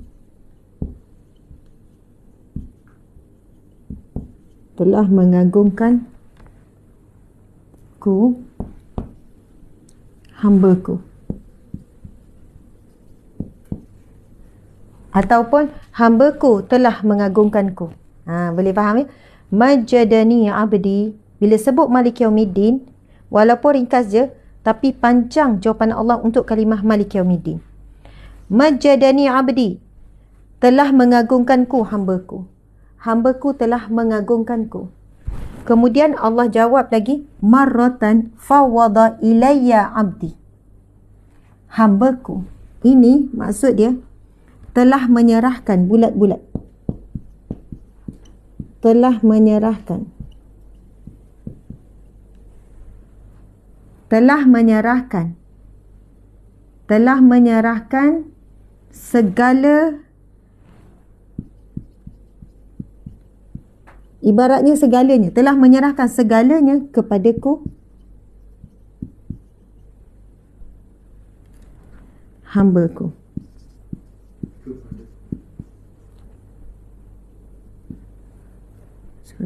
Kepadaku. Okey. Kalau kita faham, bila ayat Malik Yaumiddin ni, marratan fawada ilayya abdi. Telah menyerahkan segalanya kepadaku hambaku. Ataupun hambaku telah menyerahkan segalanya kepadaku. Bila sebut fawada, siapa ingat? Ia ada kaitan dengan ayat mana? Fawada. Ya. Encik perasan tak? Allah menyebutkan perkataan fawada bagi menjawab Malik Yaumiddin. Penguasa pentadbir hari pembalasan. Menarik sangat kalau Atikah memahami ni. Sebab Atikah remaja. Tapi seawal remaja Atikah dah faham ni. Lepas tu Atikah boleh cerita pula pada kawan-kawan ataupun buat konten remaja. Ia sangat bagus. Sebab kita baca surah Fatihah hari-hari. Berapa kali Atikah? Dalam satu hari berapa kali?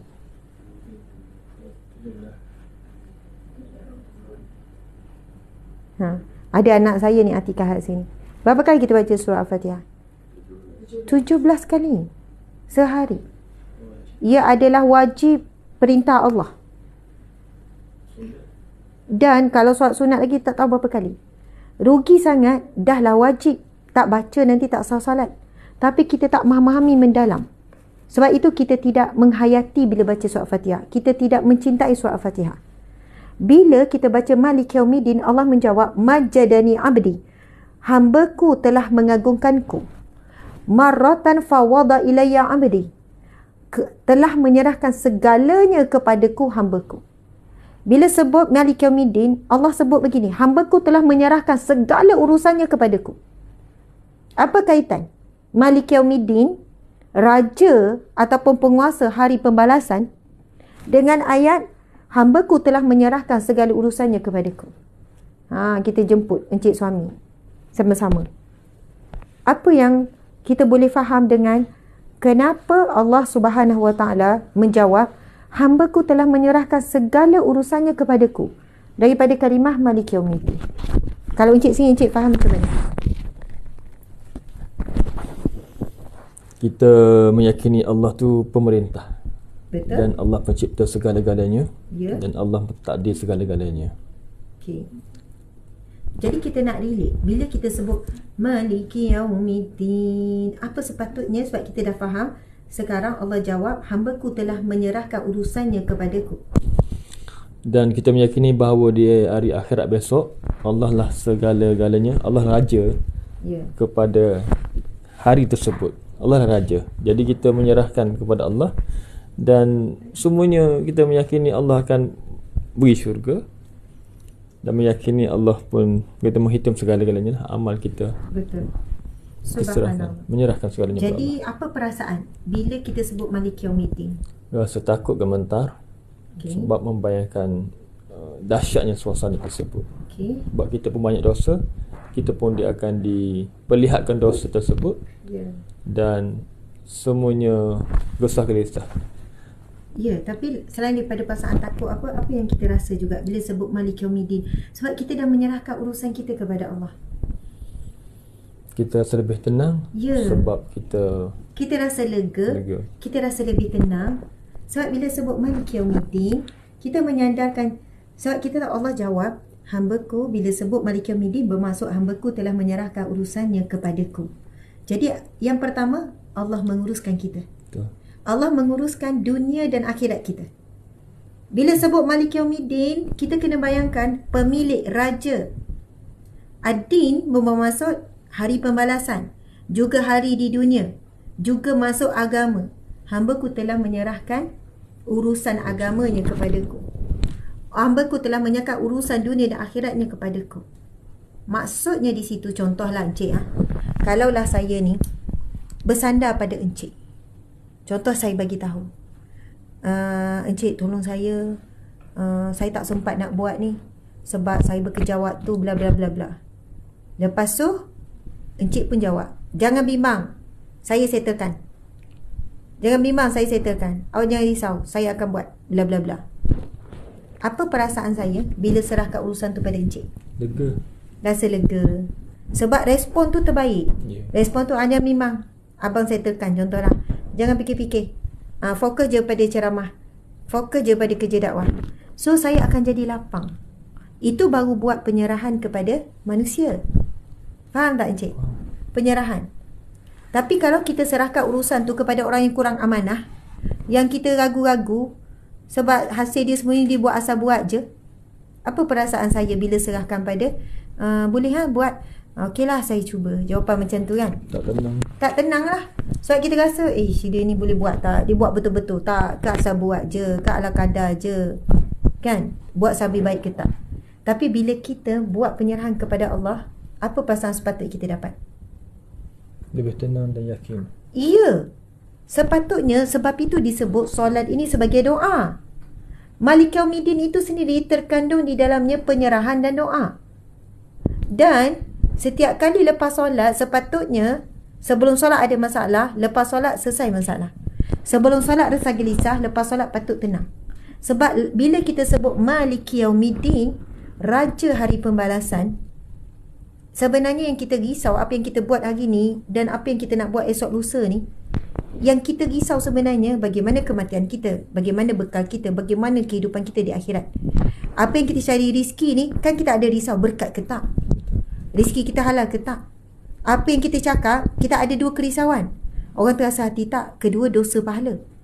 Tapi bila kita serahkan, lalu Allah menjawab, marratan fawada ilayya amdi, hamba-Ku telah menyerahkan segalanya, segala urusannya kepadaku. Jadi subhanallah, bila kita baca alhamdulillah alamin, kita bayangkan Allah sebut hamba-Ku memuji-Ku Ar-Rahmanir Rahim. Allah jawab apa? Asna ala abdi. Ya, Asna ala ya abdi. hamba-Ku telah mengagungkanku, memuliakanku. Lepas tu bila sebut Malik Yaumiddin, majadani abdi. Maratan fawwadi. Maksudnya hamba-Ku telah mengagungkanku. Kena rapat sikit suara encik perlahan. Lepas tu hamba-Ku telah menyerahkan segala urusannya kepadaku. Saya rasa masing-masing pun akan bertambah faham kenapa kita bagi fokus lama, bukan sebentar selalu, supaya mendalam. Saya ulang-ulang, saya bagi penekanan sebab lepas ni kita nak cuba bila baca surah Fatihah lebih membayangkan. Terus bayang apa yang Allah jawab. Jadi kita rasa seronok. Sebab kita tahu kita telah serahkan urusan kita, masalah kita, ujian kita, kerisauan kita, kebimbangan kita kepada Allah. Dan bila sebut Malik Yaumiddin, penguasa, pemilik, raja pada hari kiamat, pada hari pembalasan, pada hari akhirat, dan juga pada hari di dunia ini. Sebab dunia ramai orang ni kan, raja tu raja ni, ramai raja. Tapi hakikat raja yang sebenar adalah Allah Subhanahu Wa Taala yang maha berkuasa apa saja. Okey, tuan-puan sekalian, kejap encik, saya nak tulis. Lepas tu firman Allah seterusnya, itulah. Boleh tak padam ni? Kalau tak kita sambung kat sini. Kalau nak kali bawah lagi dah tak boleh. Okey, padam ni. Okey, tuan-puan dimati Allah sekalian, bila sebut perkataan fawwadah, encik teringat apa? Wa ufawwidu amri Kita ilallah. rapat sikit. Wa ufawwidu amri ilallah, innallaha basirun bil ibad. Surah apa? Surah Al. Yang saya pakaikan pada encik. Saya ni suara kuat, encik tu suara dengar tak dengar. Okey. Surah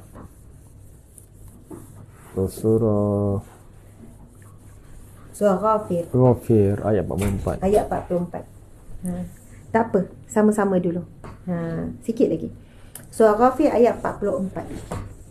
Okey, ataupun surah Al-Mu'min ayat 44. siapa yang jawab tadi? Ada tak siapa yang boleh jawab wa fawwidu? Ada Ghafir.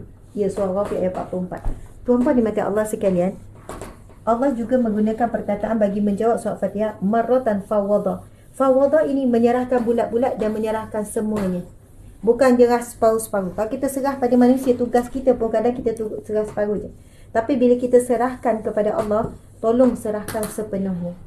Okey, ayat apa tuan-tuan sekalian? Ayat surah Ghafir. okey. Wa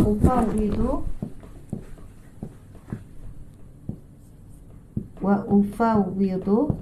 Cuba tengok betul tak ejaan ni, saya takut salah. Wa ufawwidu. Oh, ini pun samalah ni bunyi-bunyi. Wa ufawwidu amri. Wa ufawwidu amri ilallah. Wa ufawwidu amri ilallah. Tulisan ni saya ni tak cantik sangat. Ilallah. Ilallah.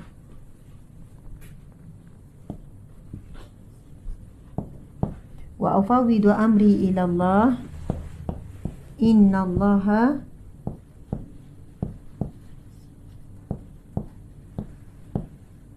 basirum bil ibad.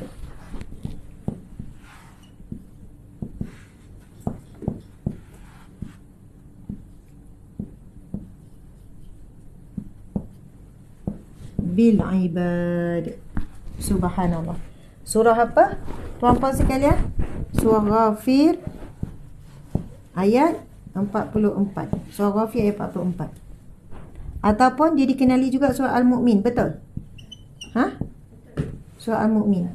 Kalau tak ada dalam Al-Quran surah Ghafir, cari surah Al-Mu'min 44. Okey, Encik, apa yang Encik ingat? Apa peristiwa berlaku ni, pengalaman saya ni? Masa bila saya dapat belajar ayat ni? Sebelum bersalin, sebelum operate Fatimah. Ya, subhanallah, itulah ceritanya. Wa ufawwidu amri ilallah. Okey, awak kena ke sini sikit kot. Ataupun tak apa, saya pusing ni. Okey, tuan-tuan sekalian, perkataan sama tadi tu, fawwada ilayya abdi. Maksudnya, hamba-Ku telah menyerahkan sepenuhnya urusannya kepadaku. Hamba-Ku telah menyerahkan. Jadi Allah akan uruskan. Bila kita serah pada Allah, maka Allah akan uruskan. Tak serah pada Allah, Allah tak uruskan. So, kita kena buat penyerahan urusan kita setiap kali kita baca Malik Yaumiddin. Setiap kali kita baca Malik Yaumiddin, kita kena buat penyerahan urusan, masalah, ujian kepada Allah Subhanahu Wa Taala. Masya Allah. Jadi, apabila sebut fawwadah, terus teringat. Ini adalah firman Allah yang sangat masyhur, yang mula diviralkan pada tahun 2019 rasa. 2019 ke Fatimah lahir 2018? 2019 Ya, jadi selepas sebulan, belum lepas 40 hari lagi, masa tu saya bawa Fatimah pergi ceramah dan saya ceritakan pengalaman bagaimana saya dapat ayat ni. Apa maksud ayat ini tuan-tuan sekalian? Saya dapat tu maksudnya saya dapat ilmu daripada seorang guru. Wa ufawwidu amri ilallah, dan ufawwidu dan aku ni wa ufawwidu dan diserahkan, dan daku, bolehlah sebutkan, dadaku menyerahkan. Ufawwidu ni menyerahkan. Maksud fawwidu ni bukan serah biasa tau. Menyerahkan segala urusanku. Bulat-bulat. Maksudnya serah tu bulat-bulat. Lepas serah tu, serah betul, serah bulat-bulat.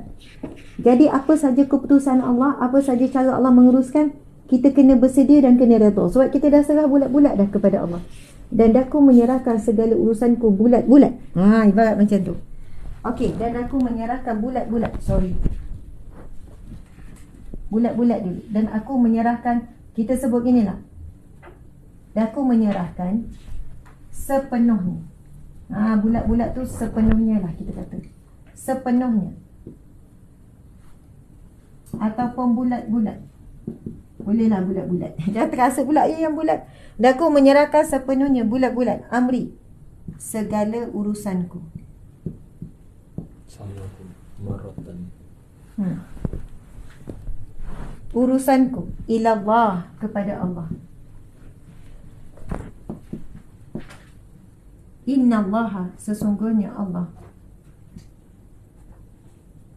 Sesungguhnya Allah basirun bil ibad, maha melihat keadaan hamba-hambanya. Masya Allah. Tuan-puan dimati Allah sekalian. Okey, tuan-puan, kalau tuan-puan tengok ayat ini firman Allah surah Ghafiah 44 ataupun cari surah Al-Mu'min ayat 44. Okey, semalam, dekat mana semalam saya ceramah? Semalam saya ceramah di KPJ.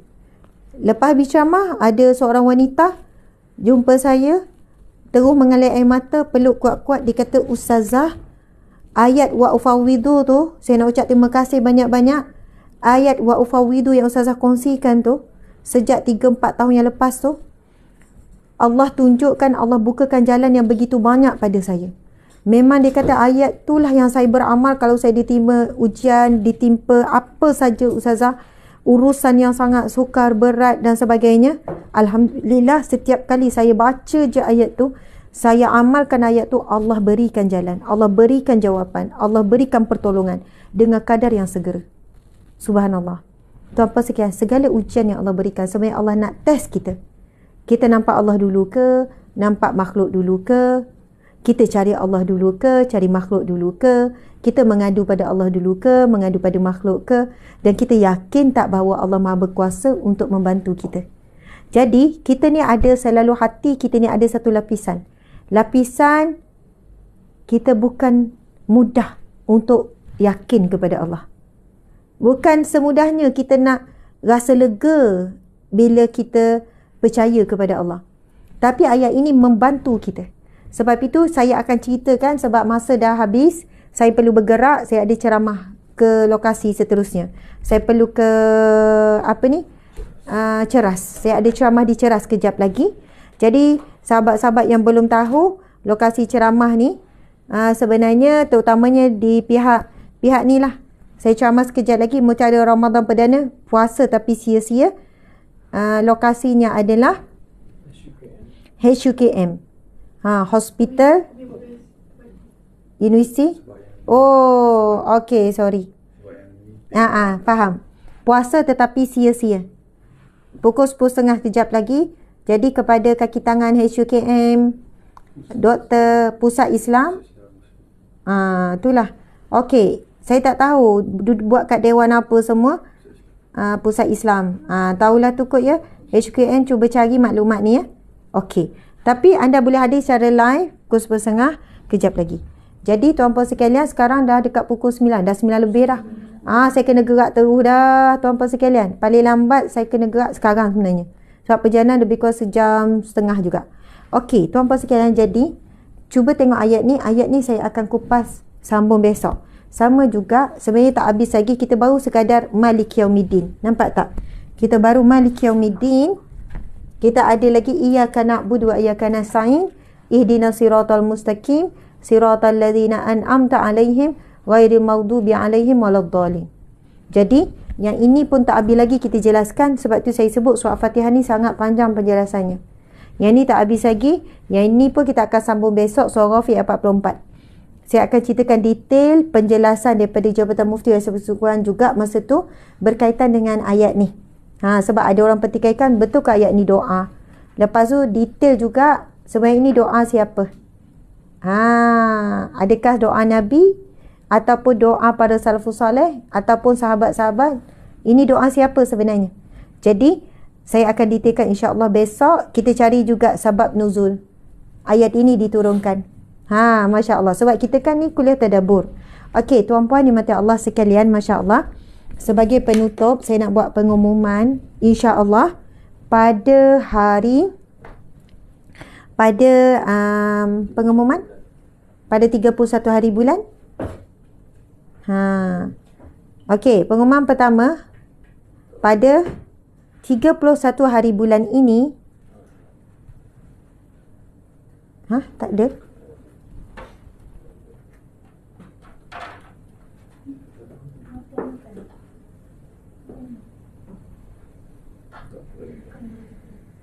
Oh, tadi ingatkan dah semak, dah check.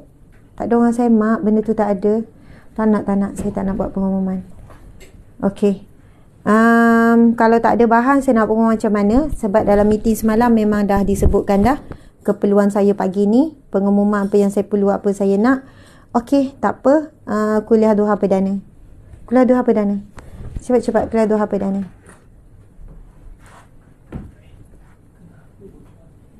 Okey, tuan-puan sekalian, Masya Allah, saya menjemput tuan-puan sekalian untuk hadir pada hari Sabtu ini.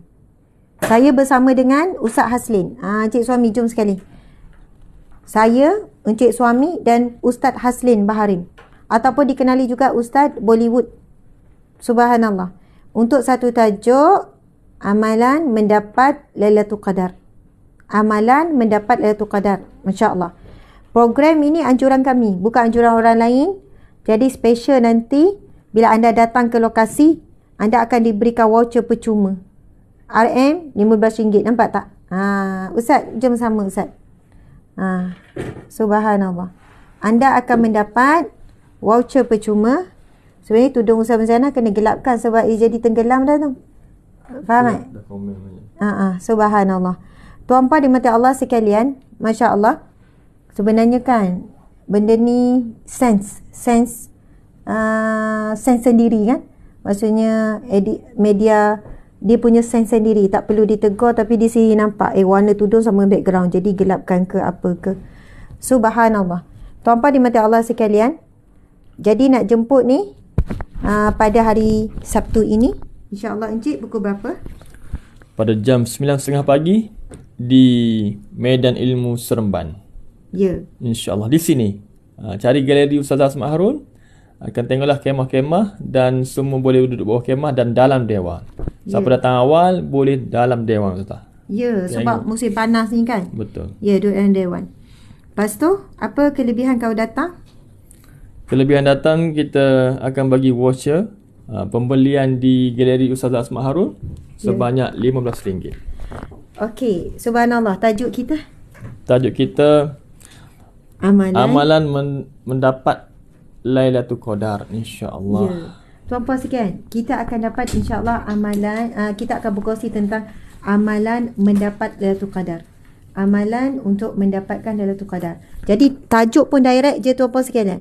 Tajuk direct supaya kita fokus. Kita akan bincangkan apa itu Lailatul Qadar, bagaimana para ulama terdahulu beramal apabila Lailatul Qadar, dan bagaimana amalan untuk dapat Lailatul Qadar.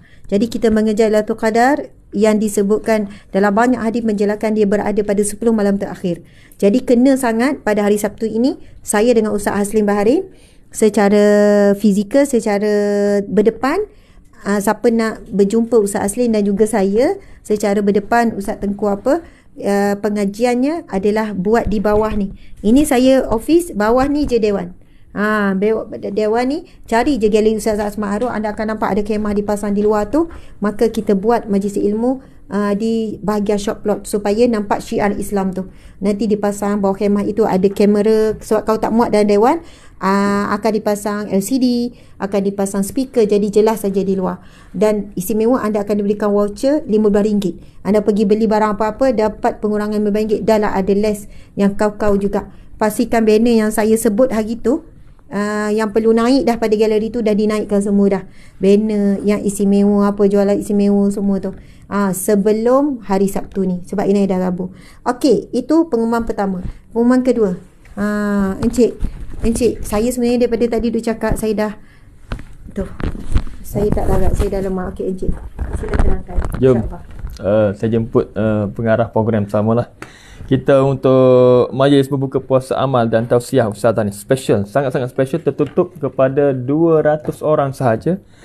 Terhad, sangat-sangat terhad. Dan program diadakan di Hotel Mardiyah, insya-Allah. Semalam kita buat live tentang Hotel Mardiyah, tempat yang sangat cantik dan menarik, dan kita bersama dengan Datuk Seri Rafiq semalam bersama-sama melihat suasana hotel, dan insya-Allah pada 31 hari bulan Mac ini bermula pada jam 5.30, insya-Allah majlis tausiah ustazah bersama dengan Ustazah Muzayyanah, dan kemudian diikuti dengan majlis berbuka puasa. Sorry, dia kena gini. Okay. Majlis berbuka puasa dan juga persembahan daripada artis hijrah, insya-Allah.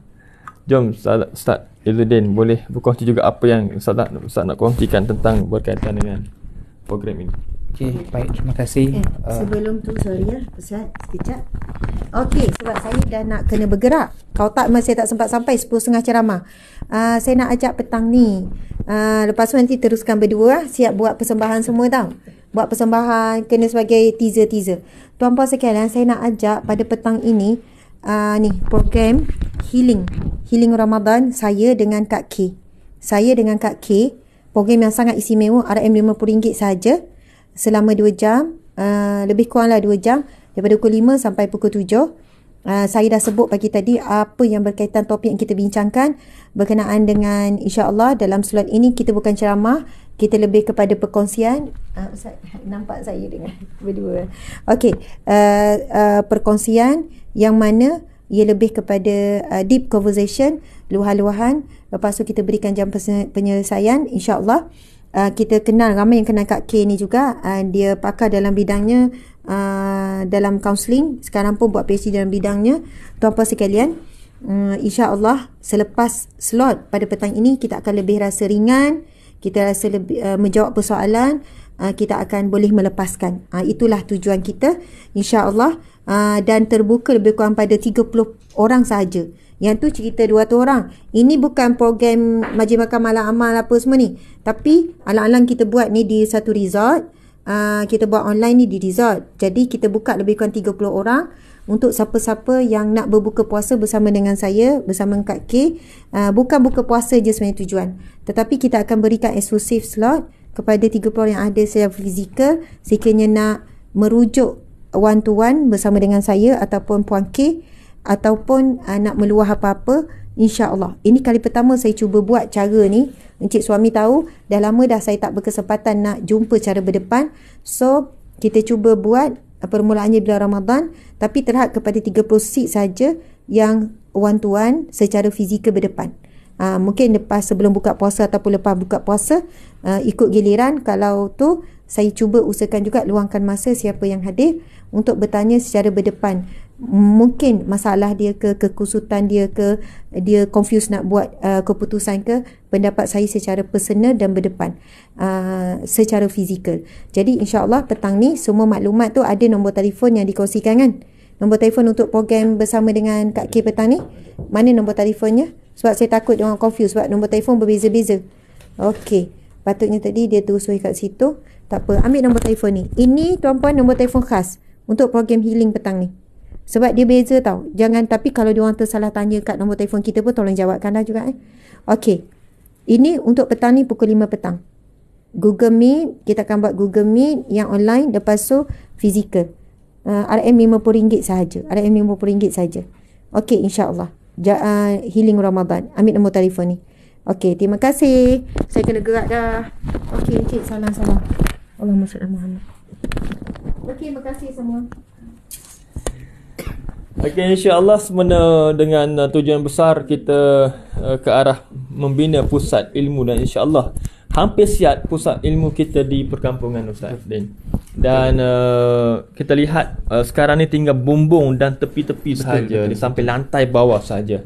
Sepatutnya program ceramah kita KDP Kuliah Dewah Perdana itu akan diadakan di pusat ilmu Islam tersebut, tapi kita fikirkan mungkin belum sesuai lagi lah. Mungkin next kepada Kuliah Duha Perdana nanti akan diadakan di pusat Islam kita nanti, insya-Allah. Jadi Ustaz boleh elaborate sikit apa pengisian program tersebut nanti? Baik, terima kasih Ustaz Azhar. Assalamualaikum kepada semua yang meluangkan masa untuk bersama-sama dalam live pada hari ini. Seperti yang dimaklumkan oleh Azhar sebentar saja tadi, 31 hari bulan Mac bersamaan dengan 20 Ramadan, insya-Allah akan kita adakan iftar amal Yayasan Al-Hijrah, yang mana tujuannya adalah untuk kita sama-sama mencari insan-insan istimewa untuk berkongsi rezeki ataupun mengutip dana bagi pembangunan di perkampungan Al-Hijrah. Bersama dengan saya, kalau saya boleh ambil bersama dengan saya ni. Boleh. Okey. Boleh letak di. Okey. Sekejap ya. Ada pembangunan-pembangunan kita yang memerlukan insya-Allah lebih kurang 500,000 lagi, insya-Allah untuk kita sama. Sekarang ni dalam pembinaan dah lebih kurang 70% dah lagi, hampir siap kita punya pusat Islam. Ini adalah pembangunan pusat Islam kita, yang mana seperti yang Ustaz maklum sebentar tadi, insya-Allah KDP kita akan jalankan di sini. Betul, gambar yang lebih lama lagi, yang sekarang lebih awal lagi. Ini tangki. Ini adalah tangki air yang mana air ini akan digunakan untuk perkampungan kita tu nanti. Okey. Itu gambar 2 bulan 3 bulan lepas tu, gambar terkini. Ni ke? Gambar terkini dah hampir siap, dah atap lagi. Semua dah ada Atap, dinding semua siap sekeliling dah. Ini gambar yang bila ni 3 bulan lepas ni. Itu basic sangat, bukan gambar terkini tu. Sebab kita kena tunjukkan gambar terkini supaya orang nampak hasil sumbangan kita yang kita buat kutipan. Jadi berapa persen lagi nak.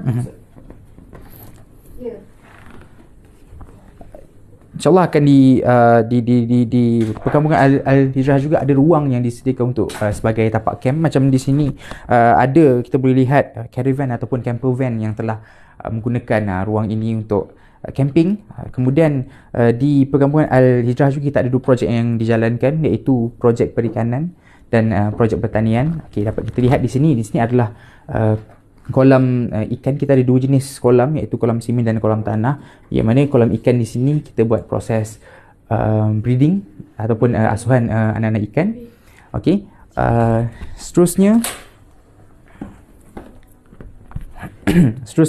ini adalah kolam ikan tanah, yang mana ikan-ikan besar kita grading, kita apa di sini.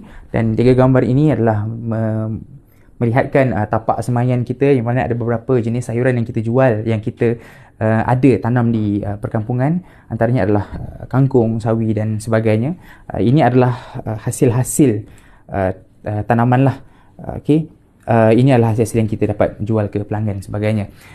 InsyaAllah iftar amal ini bertujuan untuk, seperti yang saya maklumkan sebentar tadi, untuk mengutip dana untuk pembangunan di perkampungan Al-Hijrah. InsyaAllah ada beberapa package yang disediakan, bermula dengan harga RM198.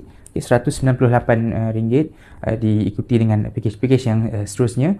InsyaAllah dalam masa terdekat ini, atau saya rasa sudah sedia, ada link di bio, ada OnPay, yang mana kita boleh lihat. Dan ataupun sekiranya tuan-puan berminat untuk bersama-sama dengan kita untuk menyumbang dan bersama-sama dalam program iftar amal ini, kita amat alu-alukan kehadiran kalian, tuan-puan yang saya hormati. InsyaAllah bermula dengan harga RM198, akan ada program bersama dengan tausiah bersama Ustazah Asma Harun dan juga Ustazah Buzayanah. Kemudian akan ada persembahan nasyid sebagainya. Kemudian akan usai sahaja kita berbuka puasa.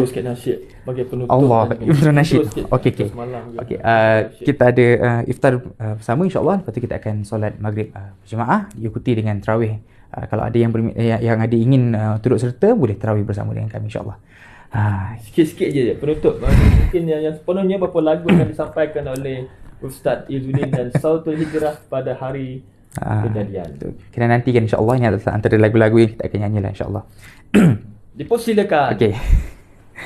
Ya Rasulullah, ya Habiballah, tak pernah ku tatap wajahmu. Ya Rasulullah, ya Habiballah, kami rindu padamu.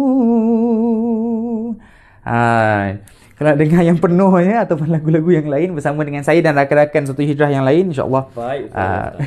Masih Ustaz. Kita insya-Allah tu Ustaz boleh sama atas pentas yang kita nanti. Boleh. Insya-Allah. Jadi kita nantikan, saya sekali lagi saya jemput tuan-puan, insya-Allah kalau ada meluangkan masa pada bulan yang mulia ini, insya-Allah bersama-sama dengan kami untuk membantu kutipan Dana untuk Perkembangan Al-Hijrah, insyaAllah. InsyaAllah.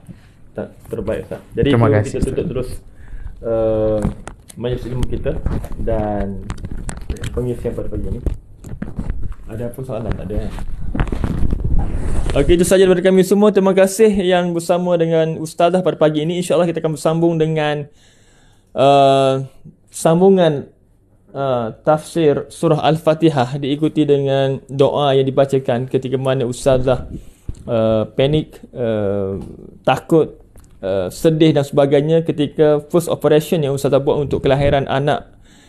Sepanjang 6 kelahiran tiada operation, tetapi kelahiran yang ke-7 untuk Fatimah ada operation.